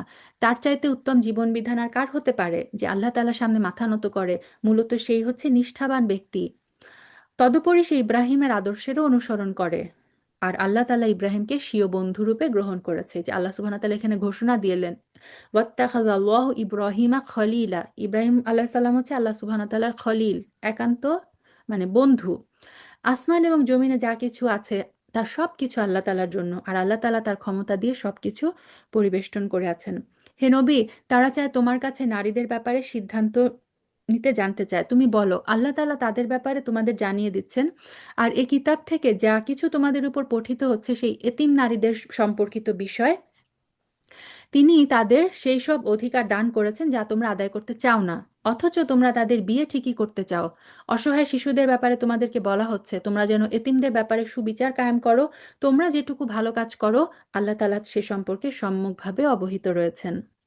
যদি কোনো স্ত্রীলোক তার স্বামীর কাছ থেকে দুর্ব্যবহার কিংবা অবজ্ঞার আশঙ্কা করে, তাহলে পারস্পরিক ভালোর জন্য তাদের উভয়ের মধ্যে আপোষ নিষ্পত্তি করে নিলে তাদের উপর এতে কোনো দোষ নেই, বরং আপোষ হচ্ছে উত্তম। আল্লাহ সুবহানাহু ওয়া তাআলা সবসময় বলেন বা সুলহু খয়ের, আপোষ নিষ্পত্তি করে ফেলাটাই হচ্ছে বেস্ট। আসলে মানুষ লালসার দিকেই বেশি পরিমাণে ধাবিত হয়ে পড়ে, কিন্তু তোমরা যদি সততা এবং তাকওয়ার অবলম্বন করো তাহলে তাই হবে তোমাদের জন্য ভালো। আল্লাহ তাআলা তোমাদের সব কর্মকাণ্ডই অবলোকন করছেন। তোমরা কখনো একাধিক স্ত্রীদের মাঝে ইনসাফ করতে পারবে না, যদিও মনে প্রাণে তোমরা তা চাইবে। তাই তাদের একজনের দিকে তুমি এমনভাবে ঝুঁকে পড়ো না এবং আরেকজনকে তুমি ঝুলন্ত অবস্থায় রেখে দিয়েছো। তোমরা যদি সংশোধন এবং তাকে অবলম্বন করো তাহলে তুমি দেখবে আল্লাহ তাআলা অতি ক্ষমাশীল, তিনি পরম দয়ালু। এটা নিয়ে একটা হাদিস আছে যে যে ব্যক্তির কাছে দুইজন স্ত্রী আছে এবং সে যদি একজনের প্রতি ঝুঁকে পড়ে, অর্থাৎ অপরজনকে একেবারে ত্যাগ করে রাখে, কেয়ামতের দিন সে এমন অবস্থায় উপস্থিত হবে যে তার দেহের অর্ধাংশ ঝুঁকে থাকবে। এটা তিরমিজির হাদিসে এসেছে। তবে এই যে রাসূল সাল্লাল্লাহু আলাইহি সাল্লাম যেমন বলেছেন তার সমস্ত স্ত্রীদের মধ্যে তিনি সবচেয়ে বেশি ভালোবাসতেন কাকে? আয়েশা রাদিয়াল্লাহু তাআলা আনহাকে। তো এটা ছিল যেমন অন্তরের বিষয়, এইটার উপর হচ্ছে কারো হাত নাই, কিন্তু বাহ্যিকভাবে তার অন্যান্য মানে সমস্ত স্ত্রীদেরকে কিন্তু তিনি সম অধিকার দিয়েছেন। তো আল্লাহ সুবহানাহু ওয়া তাআলা এটাই বলছেন যে এটা নিশ্চিত করতে হবে, কিন্তু অন্তর থেকে কাউকে একজনের প্রতি একটু বেশি ভালোবাসা থাকা এটা অ্যালাউড, এটাতে কোনো প্রবলেম নেই। তারপর যদি তারা একে অপরের কাছ থেকে বিচ্ছিন্ন হয়ে যায়, তাহলে আল্লাহ তাআলা তার ভান্ডার থেকে দান করেন তাদের সবাইকে পারস্পরিক মুখাপেক্ষিতা থেকে রেহাই দেবেন। আল্লাহ তাআলা হচ্ছেন প্রাচুর্যময়, তিনি প্রশংসা ভাজন। আসমান জমিনে যা কিছু আছে সবই আল্লাহ তাআলার। তোমাদের আগেও যাদের কিতাব দেওয়া হয়েছিল তাদের এবং তোমাদের আমি এই নির্দেশ দিয়েছিলাম যেন তারা এবং তোমরা আল্লাহ তাআলাকে ভয় করো। যদি তোমরা আল্লাহকে অস্বীকার করো তাহলে জেনে রাখো আসমান জমিনে যা কিছু আছে সব কিছু আল্লাহ তাআলার জন্য। আল্লাহ তাআলা কারো মুখাপেক্ষী নন, সব প্রশংসা তার। অবশ্যই আসমান জমিনের সবকটি জিনিসের মালিকানা আল্লাহর, অভিভাবক হিসেবে আল্লাহ তাআলাই যথেষ্ট। হে মানুষ, তিনি চাইলে যে কোনো সময় জমিনের কর্তৃত্ব থেকে তোমাদের অপসারণ করে অন্য এক সম্প্রদায় এনে বসিয়ে দিতে পারেন। এই কাজের উপর আল্লাহ তাআলা অবশ্যই ক্ষমতাবান। যে ব্যক্তি এই দুনিয়ার পুরস্কারটুকু পেতে চায় তার জেনে রাখা উচিত আল্লাহ তাআলার কাছে তো ইহকাল পরকাল এই উভয় কালের পুরস্কারই রয়েছে। আল্লাহ সব শোনেন এবং সবকিছুই দেখেন। সো আমরা কখনো শুধু দুনিয়া চাবো না। যে দুনিয়া চায় সে শুধুমাত্র দুনিয়ায় পায়, আর যে আখিরাত চায় আল্লাহ সুবহানাহু ওয়া তাআলা তাকে দুনিয়া এবং আখিরাত দুইটাই দান করেন। সুবহানাল্লাহ। হে ইমানদাররা, তোমরা ইনসাফের উপর দৃঢ়ভাবে কায়েম থাকো। আল্লাহ তাআলার জন্য সত্যের সাক্ষী হয়ে যাও। যদি এই কাজটি তোমার নিজের পিতামাতার কিংবা নিজের আত্মীয় স্বজনের উপরও আসে, তবুও তোমরা তা পালন করবে। অর্থাৎ এই ইনসাফ করতে যেয়ে যদি তার নিজের ফ্যামিলির কারো বিরুদ্ধেও যেতে হয়, তবুও সেটা যেতে হবে। সে ব্যক্তি ধনী হোক কিংবা গরিব হোক, মনে রাখবে তাদের উভয়ের চাইতে আল্লাহ তাআলার অধিকার অনেক বেশি। অতএব তুমি কখনো ন্যায় বিচার করতে গিয়ে নিজের খেয়াল খুশির অনুসরণ করো না। যদি তোমরা পেঁচানো কথা বলো কিংবা ইনসাফ থেকে বিরত থাকো, তাহলে জেনে রাখো তোমরা যা কিছু করো না কেন আল্লাহ তাআলা তার খবর রাখেন। হে ইমানদার ব্যক্তিরা, তোমরা ঈমান আনো আল্লাহর উপর, তার রাসূলের উপর, সেই কিতাবের উপর যা তিনি তার রাসূলের উপর নাজিল করেছেন, এবং সেই সব কিতাবের উপর যা তিনি তারও আগে নাজিল করেছেন। যে ব্যক্তি আল্লাহ তাআলা, তার ফেরেশতা, তার কিতাব সমূহ, তার নবী রাসূল এবং পরকাল দিবসে অস্বীকার করবে, সে অবশ্যই মারাত্মকভাবে পথভ্রষ্ট হয়ে যাবে। নিঃসন্দেহে যারা ঈমান আনলো আবার কুফরি করলো, কিছুদিন পর আবার ঈমান আনলো, তারপরে সুযোগ বুঝে আবার কাফির হয়ে গেল, এরপর কুফরির পরিমাণ তারা দিনে দিনে বাড়িয়ে দিল, আল্লাহ তাআলা এমন লোকদের কখনো ক্ষমা করবেন না, না কখনো এসব ব্যক্তিদের তিনি সঠিক পথ দেখাবেন। তো কোনো কোনো মুফাসির বলেছেন যে এটা দ্বারা আল্লাহ সুবহানাহু ওয়া তাআলা ইহুদিদের বুঝাচ্ছেন যে ইহুদিরা মুসা আলাহিস সাল্লামের উপর ঈমান এনেছিল, কিন্তু তারা আবার উজাইর আলাহিস সাল্লামকে অস্বীকার করেছিল। আবার কেউ কেউ উজাইর আলাহিস সাল্লামের উপর ঈমান আনে, ঈসা আলাহিস সাল্লামকে আবার তারা অস্বীকার করেছিল। এবং এই যে একবার কাউকে স্বীকার করলো, কাউকে অস্বীকার করলো, আবার স্বীকার করলো, আবার অস্বীকার করলো, এভাবে তাদের কুফরি এবং অবিশ্বাস দিনে দিনে বেড়েছে, এবং আল্লাহ বললেন তিনি এদেরকে কখনো ক্ষমা করবেন না এবং সঠিক পথও দেখাবেন না। হে নবী, মুনাফিকদের তুমি সুসংবাদ দাও যে তাদের জন্য ভয়াবহ আযাব রয়েছে। আল্লাহ মাফ করো। যারা বৈষয়িক স্বার্থে ইমানদারদের বদলে কাফেরদেরকে বন্ধু হিসেবে গ্রহণ করেছে, তারা কি এর দ্বারা এদের কাছ থেকে কোনো রকম মান সম্মান প্রত্যাশা করে? অবশ্যই সবটুকু মান সম্মান তো আল্লাহ তাআলার নির্দিষ্ট। সো আল্লাহ সুবহানাহু ওয়া তাআলা যাকে চান তাকে সম্মানিত করেন, যাকে চান তাকে তিনি অপমানিত করেন। সো দুনিয়াবি মান সম্মানের আশায় কেউ যদি ইমানদারের বদলে কাফিরদেরকে বন্ধু হিসেবে গ্রহণ করে, আল্লাহ সুবহানাহু ওয়া তাআলা এখানে কিন্তু তাদের জন্য ওয়ার্নিং দিচ্ছেন। এই মান সম্মানের দেওয়ার মানে একমাত্র অধিকার শুধুমাত্র আল্লাহর। তিনি ইতিপূর্বেও এই কিতাবের মাধ্যমে তোমাদের উপর আদেশ নাজিল করেছিলেন যে তোমরা যখন শুনবে কাফিরদের কোনো বৈঠকে আল্লাহ তাআলার নাজিল করা কোনো আয়াত অস্বীকার করা হচ্ছে এবং তা নিয়ে ঠাট্টা বিদ্রূপ করা হচ্ছে, তখন তোমরা তাদের সাথে সেই মজলিসে বসো না যতক্ষণ না তারা অন্য কোনো আলোচনায় লিপ্ত হয়। এমন করলে তোমরা তো ঠিক তাদের মতোই হয়ে গেলে। জেনে রাখো আল্লাহ তাআলা অবশ্যই সব কাফের এবং মুনাফিকদের জাহান্নামে একত্রিত করে ছাড়বেন। সুবহানাল্লাহ। তো এখানে আল্লাহ সুবহানাহু ওয়া তাআলা মানে বলে দিলেন যে একটা হাদিসে এসেছে যেমন, যে যে ব্যক্তি আল্লাহ এবং শেষ দিবসে বিশ্বাস রাখে সেজন্য এমন দাওয়াতে শরিক না হয় যেখানে মদ পরিবেশন করা হয়। সো এই যে আমরা এখন দেখি যে বিভিন্ন অনুষ্ঠানে অ্যালকোহল সার্ভ হচ্ছে, খুব কমন ব্যাপার হয়ে গেছে এগুলো। তারপরে গান বাদ্য বাজনা, ফ্রি মিক্সিং, এগুলা থেকেও আমাদেরকে খুব কেয়ারফুল থাকতে হবে। আল্লাহকে এখানে ডিরেক্ট বলে দিলেন যেখানে এই যে আল্লাহর আয়াত নিয়ে অস্বীকার হচ্ছে, আল্লাহর আয়াত নিয়ে ঠাট্টা বিদ্রূপ হচ্ছে, সেই সমস্ত মজলিসে আমরা যেন না বসি যতক্ষণ না তারা অন্য আলোচনায় লিপ্ত হয়। এরকম যদি আমরা করি কি হব? আল্লাহ আমাদেরকে মাফ করুক, হেফাজত করুক। আল্লাহ বললেন তোমরা তাদের মতোই হয়ে যাবে। আল্লাহ মাফ করো। যারা সবসময় তোমাদের শুভ দিনের প্রতীক্ষায় থাকে, যদি আল্লাহ তাআলার কাছ থেকে তোমাদের বিজয় আসে, তখন এরা বলবে, কেন আমরা কি যুদ্ধে তোমাদের সাথে ছিলাম না? আবার যদি কাফিরদের ভাগে বিজয়ের অংশ লেখা হয়, তাহলে এরা বলবে, আমরা কি তোমাদের ঘিরে রাখিনি? মানে এই মুনাফিকরা, মুসলমানরা যখন জয়ী হয় তখন তাদের কাছ থেকে এসে সুবিধা নিতে চায়, আবার যখন বিপক্ষ দল বিজয়ী হয় তখন তাদের কাছ থেকে নিয়ে দুনিয়াবি সুবিধা আদায় করতে চায়। আসলে শেষ বিচারের দিন আল্লাহ তালাই তোমাদের উভয়ের মাঝে ফয়সালা শুনিয়ে দিবেন। আল্লাহ তালা সেদিন মুমিনদের বিরুদ্ধে কাফেরদের কোনো অজুহাত পেশ করার পথ অবশিষ্ট রাখবেন না। অবশ্যই মুনাফিকরা আল্লাহ তালাকে ধোঁকা দেয়। আসলে তারা ভাবে যে তারা আল্লাহকে ধোঁকা দিচ্ছে। আল্লাহ সুবহানাহু ওয়া তাআলা বলে দিচ্ছেন, মূলত এর মাধ্যমে আল্লাহ তালাই তাদেরকে প্রতারণায় ফেলে দিচ্ছেন। এরা যখন সলাতে দাঁড়ায় তখন আলস্য ভরে দাঁড়ায়। তারা কেবল লোকদের দেখায়। এরা আল্লাহ তালাকে আসলে খুব কমই স্মরণ করে। ওয়ালা ইয়াযকুরুনাল্লাহ ইল্লা কলিলা।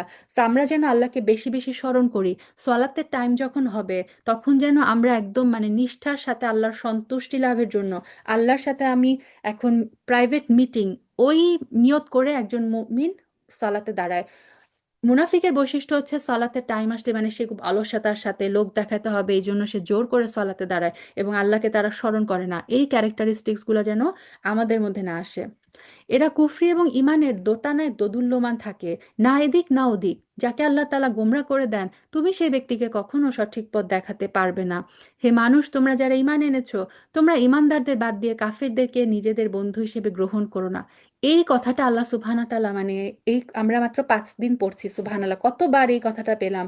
ইমানদারকে বাদ দিয়ে কাফিরদেরকে আমরা যেন বন্ধু হিসেবে, আউলিয়া হিসেবে গ্রহণ না করি। তেমন কিছু করে তোমরা কি আল্লাহর কাছে তোমাদের বিরুদ্ধে সুস্পষ্ট প্রমাণ তুলে দিতে চাও? অবশ্যই মুনাফিকরা জাহান্নামের সর্বনিম্ন স্তরে অবস্থান করবে। তুমি সেদিন তাদের জন্য কোনো সাহায্যকারী খুঁজে পাবে না। মুনাফিকদের শাস্তি হচ্ছে কাফিরদের চেয়েও ভয়াবহ। তাদের স্থান হবে জাহান্নামের সর্বনিম্ন স্তরে, মিন ফি দারকিল আসফাল। তবে তাদের কথা আলাদা যারা তওবা করে এবং সেই আলোকে নিজেদের সংশোধন করে নেয়। আল্লাহ তাআলার রশি শক্ত করে ধরে রাখে। আল্লাহ যেন তার এই রশি আমাদেরকে, আমরা যেন শক্ত করে ধরে রাখতে পারি, সেই তৌফিক যেন আল্লাহ দেন। এবং একমাত্র আল্লাহ তাআলার উদ্দেশ্যেই তারা তাদের জীবন বিধানকে নিবেদন করে নেয়। এইসব লোকেরা অবশ্যই সেদিন ইমানদারদের সাথে থাকবে, আর অচিরেই আল্লাহ তাআলা তার ইমানদার বান্দাদের বড় ধরনের পুরস্কার দিবেন। তোমাদের শাস্তি দিয়ে আল্লাহ তাআলা কি করবেন? যদি তোমরা তার কৃতজ্ঞতা আদায় করো এবং তার উপর ঈমান আনো। বস্তুত আল্লাহ তাআলা হচ্ছেন সর্বোচ্চ পুরস্কার দাতা। তিনি হচ্ছেন সম্যক ওয়াকেফাল। তো আল্লাহ সুবহানাহু ওয়া তাআলা এই পাড়ার লাস্ট আয়াতে আমাদেরকে বললেন যে আল্লাহ সুবহানাহু ওয়া তাআলা কখনো আমাদের শাস্তি দিতে চান না। কারণ আমাদেরকে শাস্তি দিয়ে আল্লাহ সুবহানাহু ওয়া তাআলা কি কি করবেন, তাই না? আল্লাহ সুবহানাহু ওয়া তাআলা প্রত্যেক মানুষের জন্য কিন্তু জান্নাতে একটা স্থান রেডি করে রেখেছেন, জাহান্নামে একটা স্থান রেডি করে রেখেছেন। সো আমরা আমাদের আমল দিয়ে নিজেদের স্থান জান্নাতে অথবা জাহান্নামে কিনে নিচ্ছি। এগুলো হচ্ছে আমাদের মানে হাতের কামাই। আল্লাহ সুবহানাহু ওয়া তাআলা যেন এই কোরআনের উসিলায় আমাদেরকে হেদায়েত দেন এবং আমৃত্যু আমরা যেন কোরআনের সাথে থাকতে পারি। তাওয়াফানা মুসলিমা ওয়া আলহিকনি বিস সালিহিন। মুসলিম অবস্থায় আল্লাহ সুবহানাহু ওয়া তাআলা যেন আমাদেরকে মৃত্যু দেন। আল্লাহ সুবহানাহু ওয়া তাআলা আমাদের এই সময়টুকুকে যেন কবুল করে নেন, আমাদের নাজাতের উসিলা হিসেবে কিয়ামতের দিনে এই কোরআন যেন আমাদের জন্য শাফায়াত করতে পারে। সুবহানাকা আল্লাহুম্মা বিহামদিক আশহাদু আল্লা ইলাহা ইল্লা আনতা আস্তাগফিরুকা ওয়া আতুবু ইলাইক।